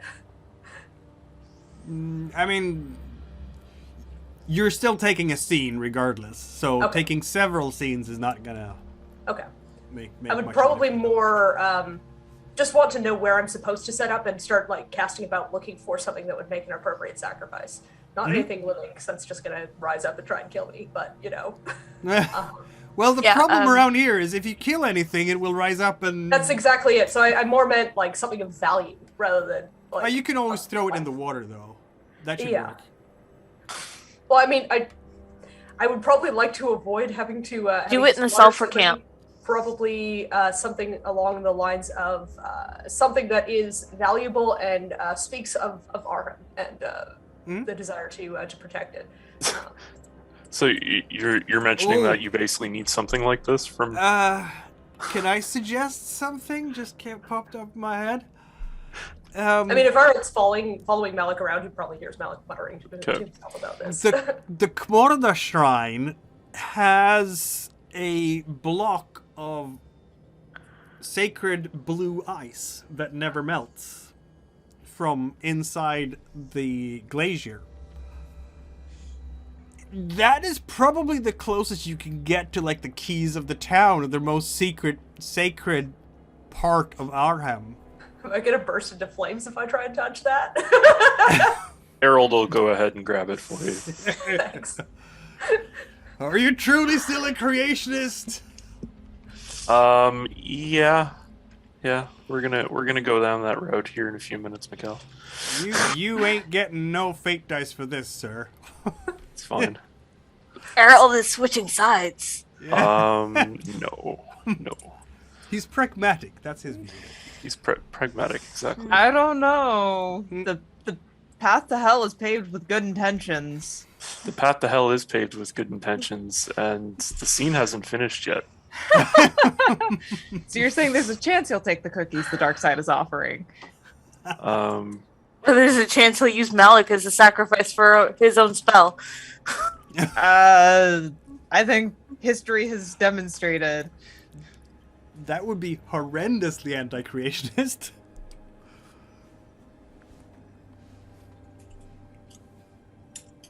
Also ineffective, because I would just get back up. You stabbed me! These were my favorite robes!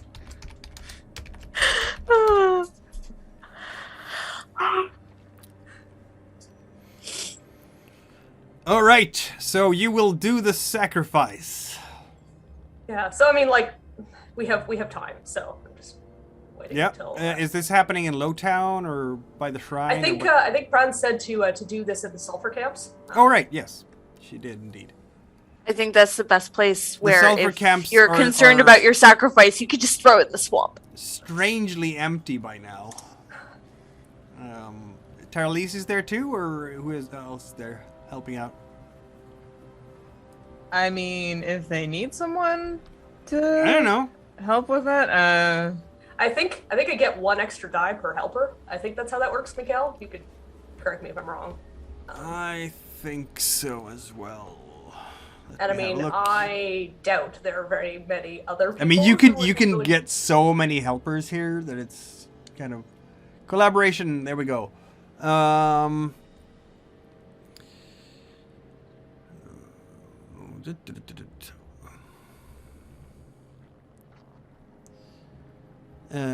Sacrifice allows you to spend 1 more fate die than you normally could. An exceptional sacrifice could spend 2 extra.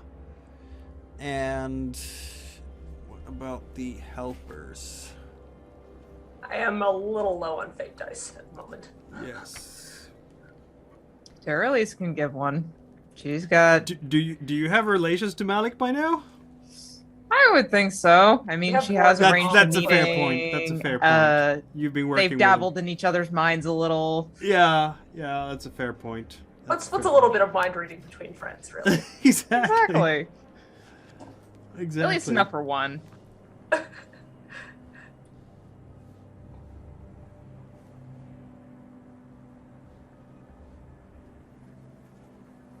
It says Malek get sort of help. Get Sorry, help Malek. from others, and typically getting help from others is they will roll whatever blood is the most appropriate for what they're doing, and then you just add that to the check, basically. So as help, it counts as help as per normal. Okay, cool. So like I'll get strong people to carry shit. I'll get like Yeah. Oh, is wise Alberlux there people and to help carrying me write stuff? Symbols. I'll get people to help me with the incantation to be sort of appropriately resonant. And so on, yes. I'm gonna set a cap on how many dice you can get, because That's fair. That's fair. you're not gonna, I'm not going to take out the entire army by myself. Like, Yeah, I was gonna say, you're not gonna make Marjora fly right now. I'm just... no, sure not. But Malek sort of also explains what his plan is he is relying on the fact that the Restless have some form of sentience more than undead typically do, to hopefully leverage that to create and spread a disease of the mind that targets them in particular. That is his plan to buy the town time once it becomes obvious to all concerned that there is no defending this place. Which, I imagine the first few times one of the ardent defenders falls and then gets back up and starts slaughtering their former companions, that would probably about do it. Could? You say? Maybe? Yes. Anyway, that is what Malek's intention is. He is happy to take advice if other people would like to offer it. If that's what you're doing, Praanz will actually advise the boats to hold maybe 20 feet out within swimming range. Yeah. So that anyone who does try to escape after the fact can get there. Yeah. Right. Erald, this ritual is going on. What are you doing? Describe to us. So as Given your basically, notes. yeah. So as basically Malek is getting this ritual situated and ordering things around, Erald will actually use his machinator and attempt to change the tone of the crew and the assistants, and basically flip this on its head, that the anti-creationist Shagulites is actually the true cause of all of the zombies here. And basically try to raise a small assisted group to now go after Malek. You do not, unfortunately, have rabble rouser, so you can't do that part, but you can change some minds and convince at least one person, Taralese or someone else if you want. Is Aberlux there and working? I don't know. That's dirty. Yes. Bane. Sorry. Last So, chance I'm going to get at this. Roll your 2 water and 1 machinator then. 3 dice. That's an astounding success. I'm gonna say that. I'm honestly surprised it took this long. Trying. Sorry. No, I understand. I rolled 2d6 for whatever mook happens to be there, and you convince them. Unless it's Aberlux, in which case you convince them even more.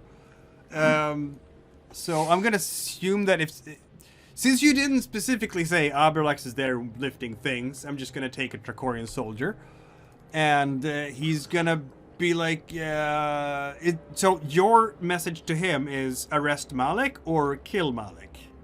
Kill Malek. Okay. No arrest. Kill Malek. Shing. Ugh. Yep, he will draw his sword. Malek will probably see that this soldier draws the sword, because they don't actually have quick draw. So you do have a chance to do something while this sword is drawn. And yes, Erald, you get a fate die for your bane. Woot woot. All for a fate die. All Yep. for a fate die. Oh dear. That is a bad situation for me. Yes. So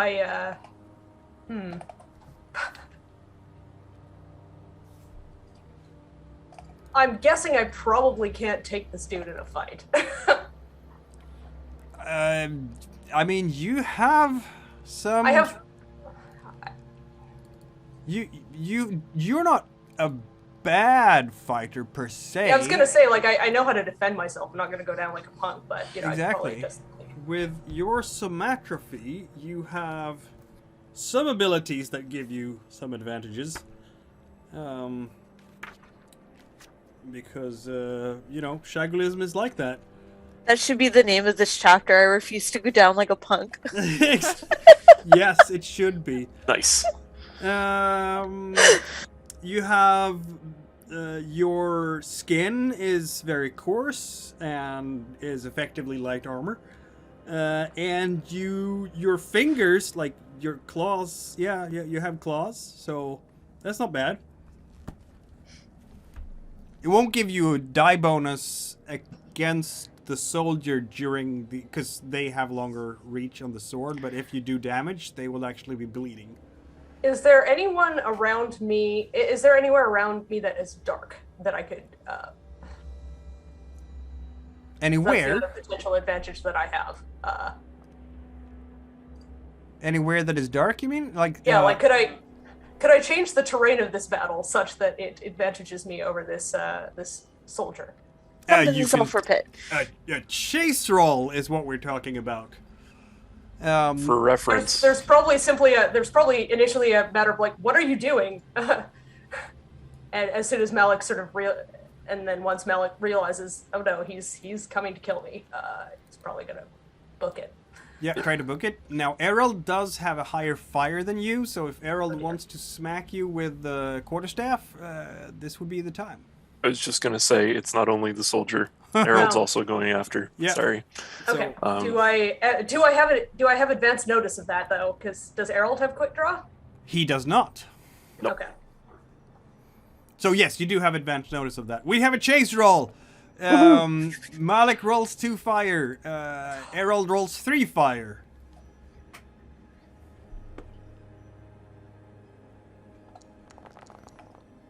Oh, that's not good news for me. Nope. Oh, that is though. Ooh. Look at that. That was exactly what you needed to roll to know. win that. The 6. Describe how Malek just miraculously managed to get out of Erald's grip. Well, see, this is Malek's home. Malek knows this place. He has in fact spent a lot of time at the sulfur camp, so he knows its terrain, and also, you know, has some advantages in terms of his like physique that perhaps the Inquisitor was unaware of. Probably ends up sort of dislocating and relocating a joint, perhaps in the course of this. Yeah. And then what? Jumps and then, into the plays swamp? through the. Is there a cave anywhere sort of around that I could flee into potentially? Not really. The sulfur camp just has a bunch of houses that usually house like the apothecary, the guards, the slaves, and so on. But it's a matter of a few steps to actually jump into the swamp. That's fair. Why don't I go ahead and do that since you know, Splash. Erald is running right behind, this close to catch because you had your 2 successes there. And it's like nothing but air. Erald is reaching out. You get that slightest touch on Malek's robes, and then they slip out of your grip before you get a good sturdy purchase on them. And then Malek just jumps into the swamp and sinks under the surface of the water. You see some bubbles coming up. Does he though? It'd be the It must- residual air escaping. Yeah, just Yeah. a shiftment of air, I think. Fair Yeah. Yeah, your robes caught some air on the way down. Yeah. Fair enough. Yeah.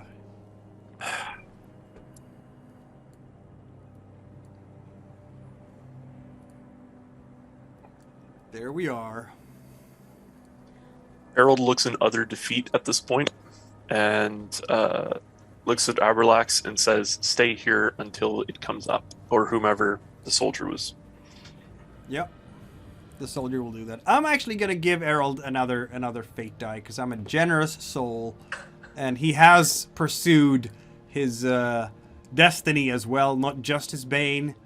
I'll get you next time, Gadget. Exactly. Pointing night all around. Exactly. Was that really necessary at this time? Couldn't you have just waited until we were on the boats at least? Might have been easier for you. Wouldn't have came on the boats. I'm sure of it. Are you? Are you really? Taralese just looks around at all that work they had started doing. And it's just like, well, great. Now we've wasted our time. We're further inland when we could have been on the boat. Leaving by now. Well, I guess you will be walking towards the boats at that stage. Yeah, Do either of you tell me what happens when you come back? Because I wasn't there. This is true. Erald decided that this was the good time to start stabbing our necromancer friend. Still Well- needed him. Whacking on the head is probably perhaps a little bit more accurate, but regardless, you get the point. We still needed the necromancer For what? We got everybody on the boats. to set off the whatever spell they were doing. They're at the bottom of the lake at the sulfur camps. You can go talk to them. I'm done dealing with the. Taralese will just start walking out, just, stop, pat Praanz on the shoulder and say, "It's not worth it, darling. You've already lost too much sleep." And just keep walking. Taralese, you did bring liquor, right? Oh, yes, I still have a bottle or two. Now you understand why the procurator drinks. Exactly. Speaking of which, the procurator, yes, he's in the garrison. He is, he's still there. He has some glasses, but he's giving commands to various soldiers and so on and so forth. And I would have sent people to tell him to get the fuck on a boat. Nah, he's still there. You know what? I don't have the patience or energy or give a damn to drag his ass out of there. Are you talking to him? He's just sitting there. And, No, I'm cheers. complaining to Taralese at this point. Okay. Honestly, I don't know. I don't think timing is his specialty. He doesn't seem to think things through all the way. Mm. Nice enough fellow for a man of the cloth, I suppose. Although I did see him sneaking bile into his drink at one point, I think. Strange. Ugh. I need to go drag the procurator to a boat, apparently, because he can't do it on his own. You're going to the procurator? Or we just leave him behind. You know what? At this point, I don't care anymore. Precisely. If you Embrace can't it, get on the darling. boat by yourself as an adult, I can't do anything for you. No, their son is rather innocent. We should make sure that the son is on board. No, Is the son on board? the wife and the son are on board. Oh, and the horse. No, the horse is not on I board. don't have room to carry a horse, Taralese. Because the horse is Didn't the horse dead. get eaten? The horse became The dragon horse is food. meat.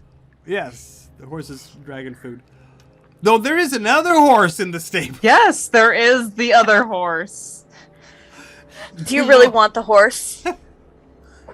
No, but it could be good for provisions. I think we have provisions. Extra food on the way, If the other I food runs out. make rooms on the large military ship Yeah, the for Galbalon. myself. Yeah, for myself, Taralese, and Erald. It's like we've hauled all this stuff. Yeah. Anyway, Absolutely. Malek, where's Malek going in all this? Is it plan? Well, his current plan is to swim through the swamp far enough away that he can, if he can, surface out of sight of the soldier. If he can't, surface at least far enough away that the soldier's not going to be able to get to him easily. Yeah, that's not a problem at all. Okay. And then, like, because I mean, this is exactly what Malek expected to happen initially, which is why he jumped in the bay. To be clear, so probably go try and find some place to rinse all of the sludge from the swamp off of me, and also give my particular means of transport time to arrive in town, because I guess that is my way out now. That makes sense. Yes. I'm not gonna lie. I was halfway expecting you to say that Malek was just gonna walk along the bottom, down the river, and then just barnacle to one of the boats again. I already got caught doing that, so I feel like... Yeah, there is another way. The rest of the day will go with preparations. I've put up these sort of Spanish barrier. Are they called? We call them Spanish riders in Swedish. I don't know what they're called in English. But those kinds of picket defenses, very crudely, quickly put together. One stem, crosswork of sharpened stakes that will entangle people at the very least, and funnel them to various spots. The soldiers are doing this. The Marjorans are doing this even more enthusiastically, of course. But other than that, the day will go with just a lot of work. Didra and Gistaki are on the boats. They have absolutely no inclination of fighting for anything here. They just want to get home. Nin is going to be seen in the thick of things, giving orders on behalf of Praanz wherever it is, delegating authority, like listening to Praanz's orders and then making sure that they are being followed. Never far away from the center of power, if you will. If it's not close to Praanz, it's going to be close to Lady Taralese or Barú, Erald. Abrelax is following Praanz as a very, very faithful dog. Whatever Praanz wants, Abrelax will get it for her. That is basically the day for you guys. And yeah, you'll have the division. A lot of all the Trakorians are on boats by the end of the day. Like, there's no one of them are gonna, except for the Procurator. None of them have a vested interest in defending this place. But the Marjorans are not like that. And you have basically a division, like a third that have gone onto the boats, and these are mostly women and children, and certainly the elderly who can't fight. You have some who have already left. They took some of the fishing boats already and went to probably some of the other villages because they're expecting to ride this out there. And then you have that good third or so who are stalwart about they're going to stay here and defend. I will make sure that the larger vessels have the command of stay within swimming distance for the first day or so of the attack. Mm-hmm. So that anybody who realizes what a stupid idea this is and wants to escape has a means to do so, but far enough away that zombies can't just crawl up the side of the ship. And so comes the next day. And as if the gods mourn what is to come, the skies will open up. Fully. And the boats will set sail. At least, like I said, they will pull away from the docks. Yeah.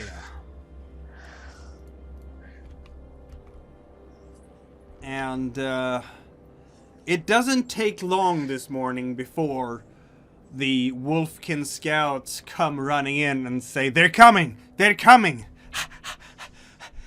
Too many to count! Thousands! in the mists.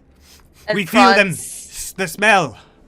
is just standing soberly on the deck with a glass of good whiskey. Yep. Because there's nothing else she can do. Nope. And they come.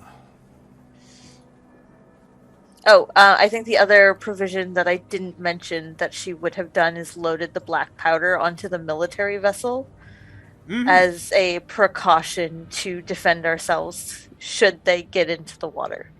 Right. Yeah, there will be some black powder there as well. And there we go. And so they come.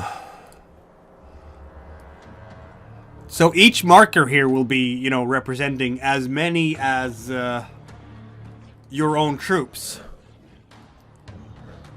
And this is early in the morning now, like 6 or 7. There's still mists around, but the mists are quickly dissipated by this intense rain. And quickly enough, it's just apparent to you how many they are. They're coming along the side of the hill. They're coming along the shoreline. Walking.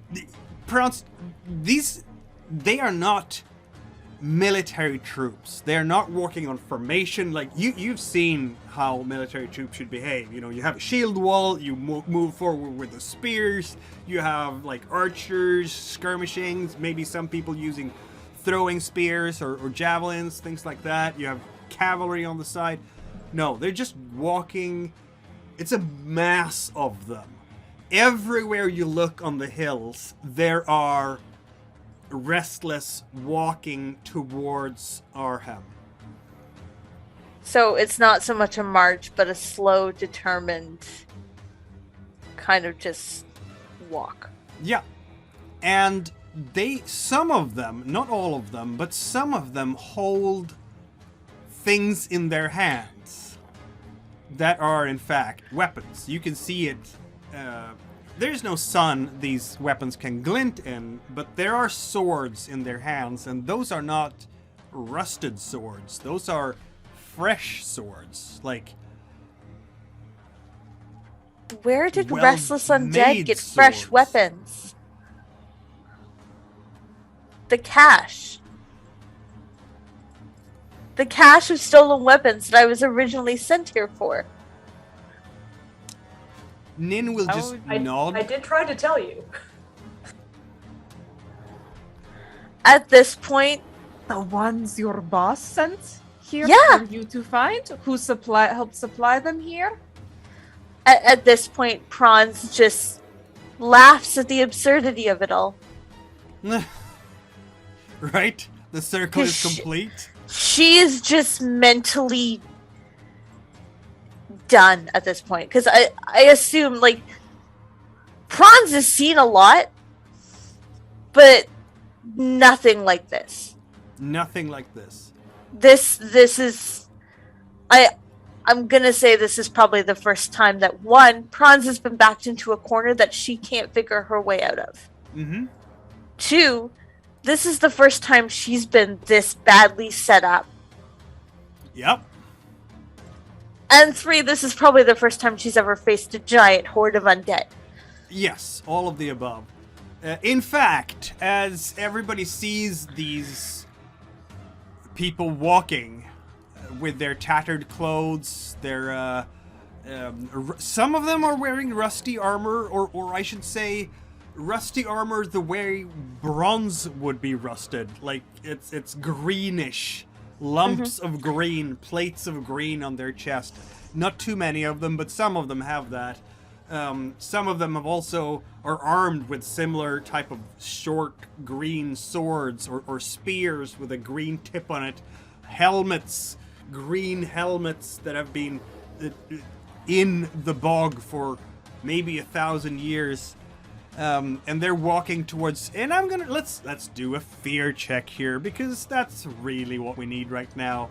I'm gonna roll a 2 die for the group, if you will, that are standing on the ships. 2 dice to see all these things walking towards you. And you will have to roll a wind roll against that and get as many successes or more. To not succumb to a point of fear. I don't know why I used Erald for that. I should have used a Restless Warrior, but never mind. I'm guessing the group on the ship for this purpose, it also includes me. Yes. Even though I am definitely not on the ship. Yes, I will say so. What is my wind again? I still can't see it. It's a 1. So A 1? You will take a point of fear. Praanz takes a point of fear. I tried. I got a 6. You got a 6, but you needed 2. I think Taralese is too busy celebrating the victories that she's going to be getting elsewhere from this. Yep. I feel like I'm going to use one of Malek's necromancy experiences to reroll that. That's fine. I should be more jaded to the undead, damn it. I feel like work it with should them. be. Like, I should not have gotten no success. Oh, that's better. Still not enough, but better. Yeah, better. Praanz No just successes and a 1. Praanz just shivers and takes a drink. It's still an impressive sight, isn't it? Erald will also take a point of fear, of course, seeing this. And of course the troops will take fear when they see this. They have their 2 dice, right? So Trakorian troops still a fear because they didn't get a 6. It would have been hilarious if they'd beaten all of us. Yeah, the Wolfkin. Right? The Wolfkin probably will. Nope. They are shivering in fear. I think maybe the Marjurans, because they're also petrified. They're absolutely Oh, petrified. we lost you. I can't hear anything. Oh. Nope, Oh, there it is. I there think it you is. just got quiet. Oh, it was my connection was unstable for the moment. Yeah, no, the Marjurans are also absolutely petrified. You can hear the screaming from various people when they see what they're actually up against. Where have you positioned Aberlax in all this? He would be on the boat with me. Okay. He's very happy to serve.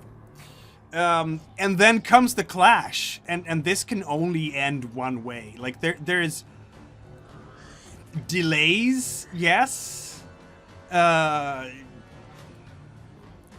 Like they have these things are good with their swords. They're coming in 3 stone plus their particular swords, which gives them 4d6. That's the. I was rolling terribly for that Restless. Versus the Trakorian soldier. Did any of the Marjurians try to escape? They will. They will soon enough when There they wouldn't see... be really any Trakorian soldiers left, I don't think. Yeah, no, they will have to evacuate very quickly. But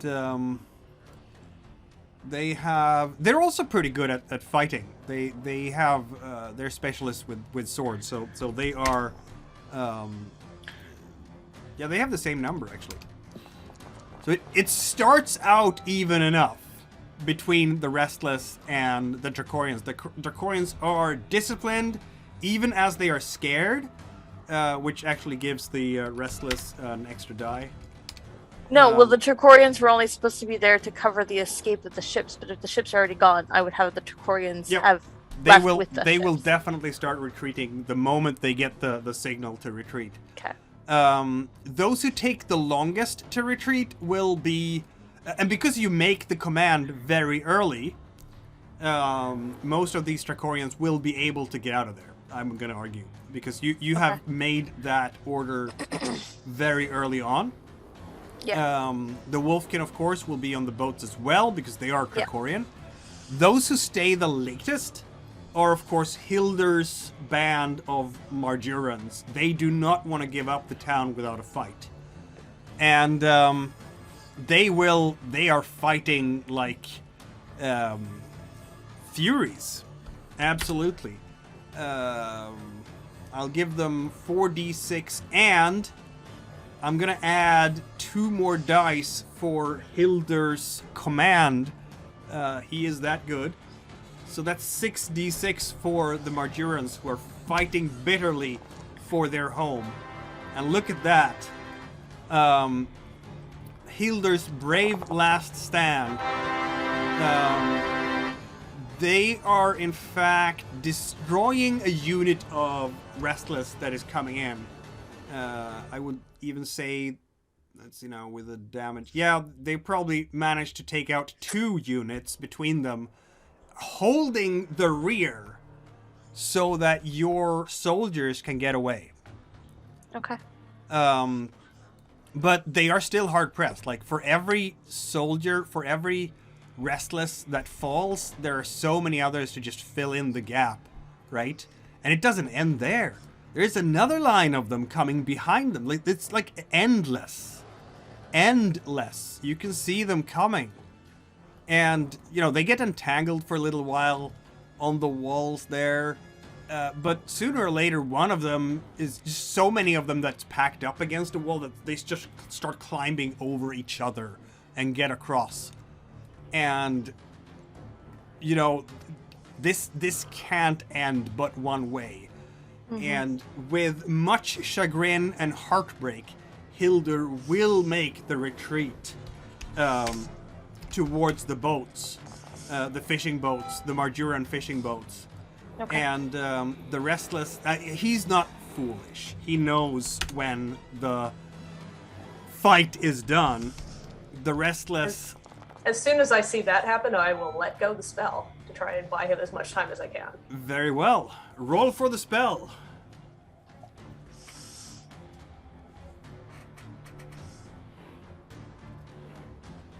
Okay, so I think it's just wind plus the ability to spend fate dice.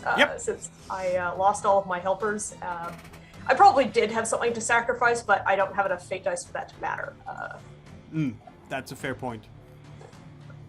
Malek's final fate dice. Yes. Necromancy. That's not bad. Nice. No, it's 4 successes. You can affect And no an area ones. that is... If you're doing this as an area spell, that's the entire town.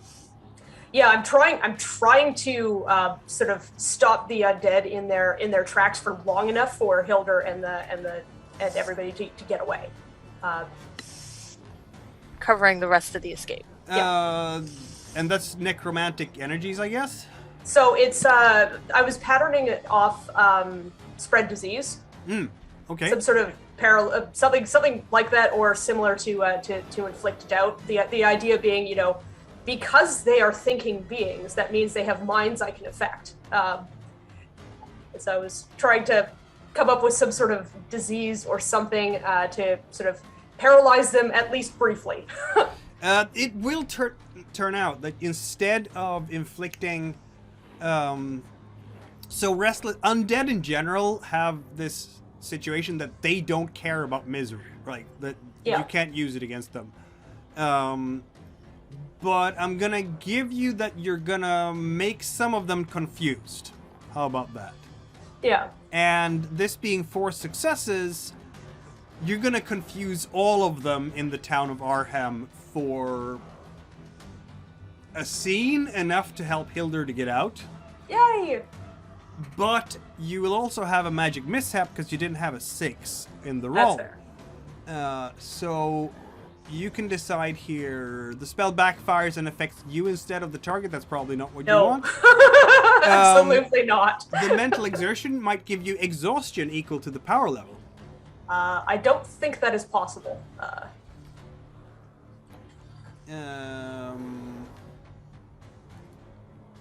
Sorry, wrong sheet. If the exhaustion breaks you, would you just drown in the sulfur lake?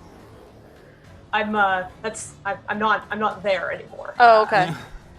I felt like I was going to be assassinated if I stayed there. So.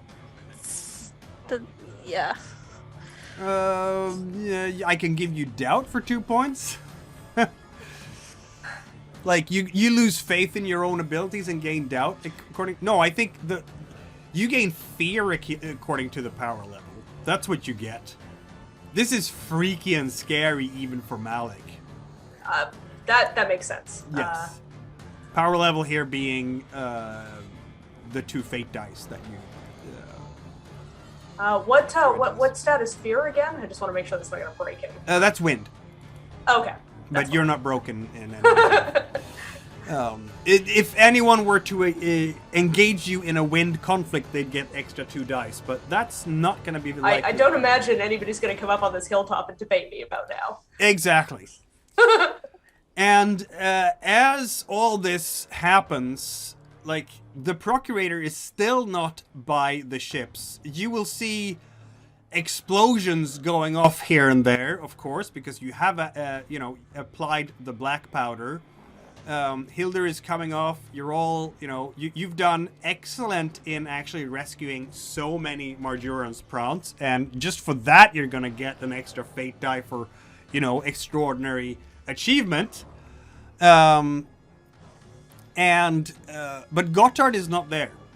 He never left the garrison. I guess the bridge blows up just to annoy them or something. Yep. It does blow up. Deny them the use of the bridge. That must be Sulidon then, who is staying by the bridge and just absolutely petrified, and then runs away and gets a boat and just gets away. Lady Taralese, can you look in on the garrison and see if the Procurator drank himself to death? There is water between you and the garrison, so no. Yeah, unfortunately, darling, we're no longer moored to the ground, so... That's fair. Which is unfortunate, because there's a couple of fate dice ambiently just around. We're anchored, though. Yes, we are conducted to the ground. We're technically anchored. If we are anchored. I'll allow it because I'm a kind soul. It worked for Malek. Yeah. I also feel like that means that the spellcasters on the boat were thoroughly aware of what I just did. In my mind, it was you could see him briefly on a hilltop on the outskirts of town before he just turns and walks back into the forest. Do you want to do that? Cast a spell to see the Procurator? Sure. I just want to know if he drank himself to death. Do her mind cast again. Thankfully, she has a more localized area she knows to be searching for, so it's not going to be quite nearly as gentle. It's going to be more like, hey, you alive? 1 or 2 dice on this? There are those 2 ambient fate dice that I just used that you. There are.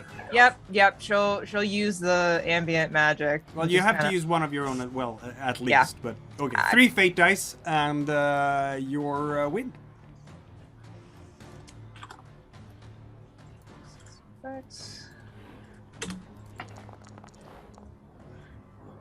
Yeah.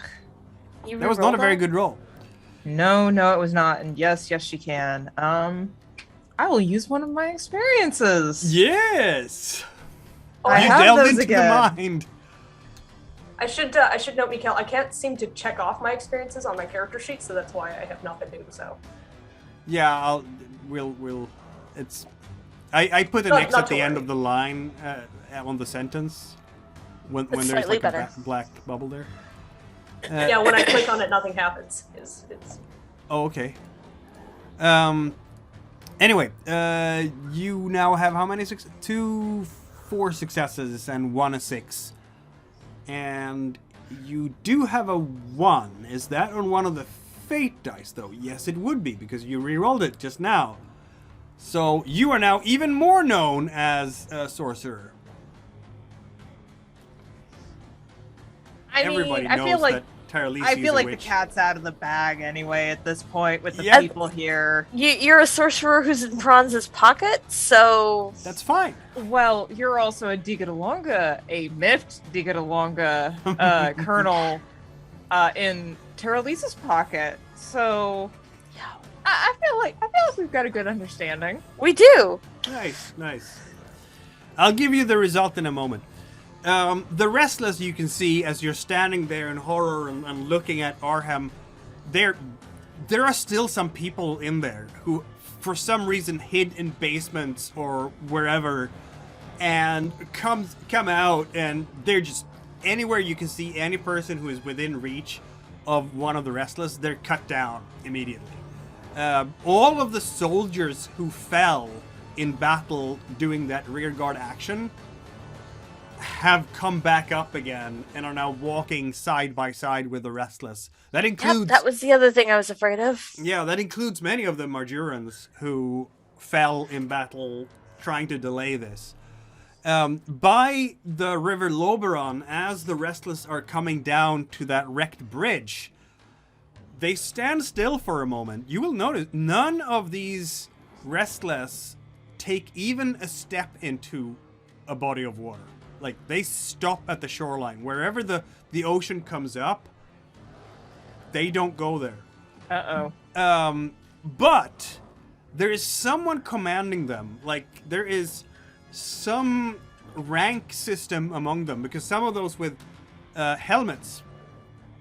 Are you hearing me? Yes, we I are had now. another one of those unstable. Anyway, Yeah. some of those with helmets are commanding others, and they start basically tearing houses apart for stones, and just throwing those stones into the river. And, you know, the first time they just sink down to the bottom. The third time, but suddenly you have hundreds of Restless who are doing nothing but throwing stones into the river.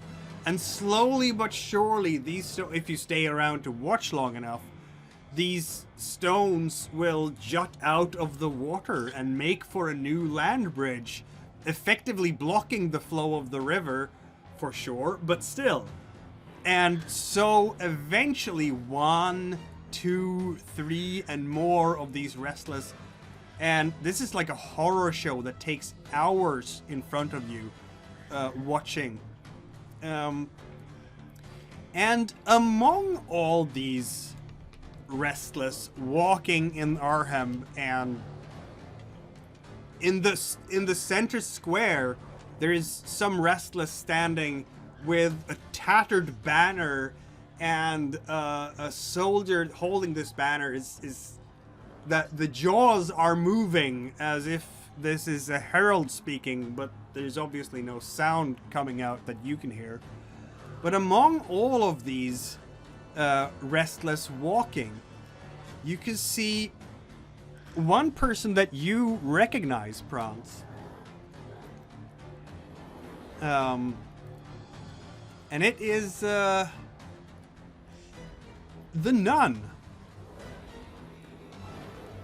Is she Mogurla. dead or alive? She seems perfectly fine. She walks around there among the buildings, completely unconcerned with all the Restless. Just like she was with the Rejoicers. And the last thing you see, I would argue, of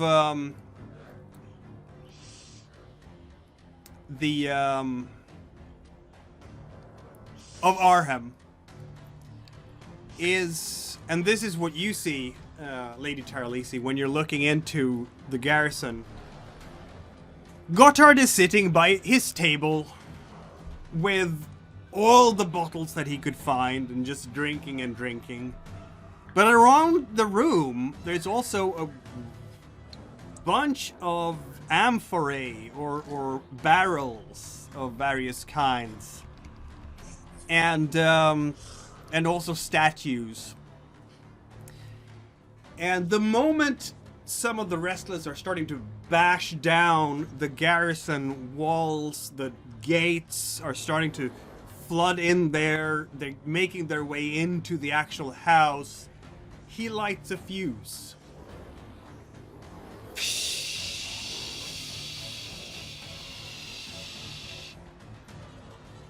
And then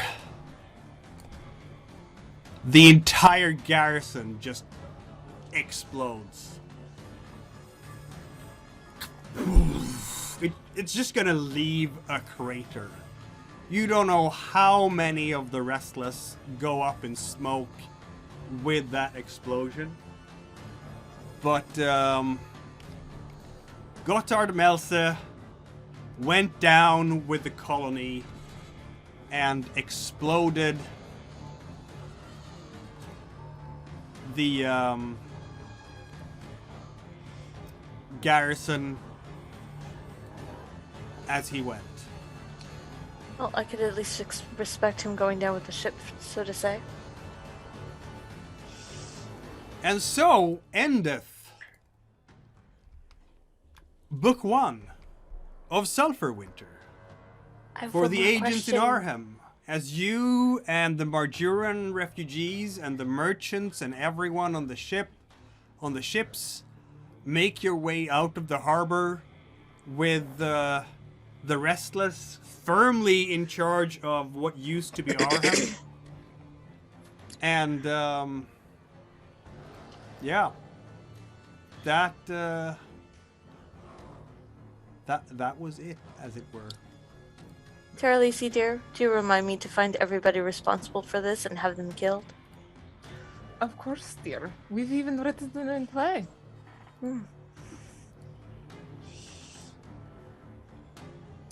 Praanz has new goals. No doubt. And now I'll head for the Iron Tower to check out what happened there. And I need to do research on a nun. And thanks for listening. Thanks for watching. We will see what happens to the agents and adventurers in the future. But this ends Book 1, Sulphur Winter. We will now start an intermission, if you will, and I'm not exactly sure of how I'm gonna show that to viewers or listeners. I'm still working that one out. It's going to be a fairly extended intermission, so we're not going to do Book 2 in 2 weeks or anything like that. It's going to take a while, is what I'm saying. But I'll keep you all posted. And I'm sure nothing that happened on Majura will have any consequences for anything, for anyone, anywhere, and everybody will just live happily ever after from here. Or will they? No, they won't. I mean, the Empire has just lost a third of its revenue, yearly revenue. That just happened. It's all because of them damn Shagulites. And Praanz has a massive, massive investigation to conduct. Yep. She does. Because I have so many more questions now. Indeed.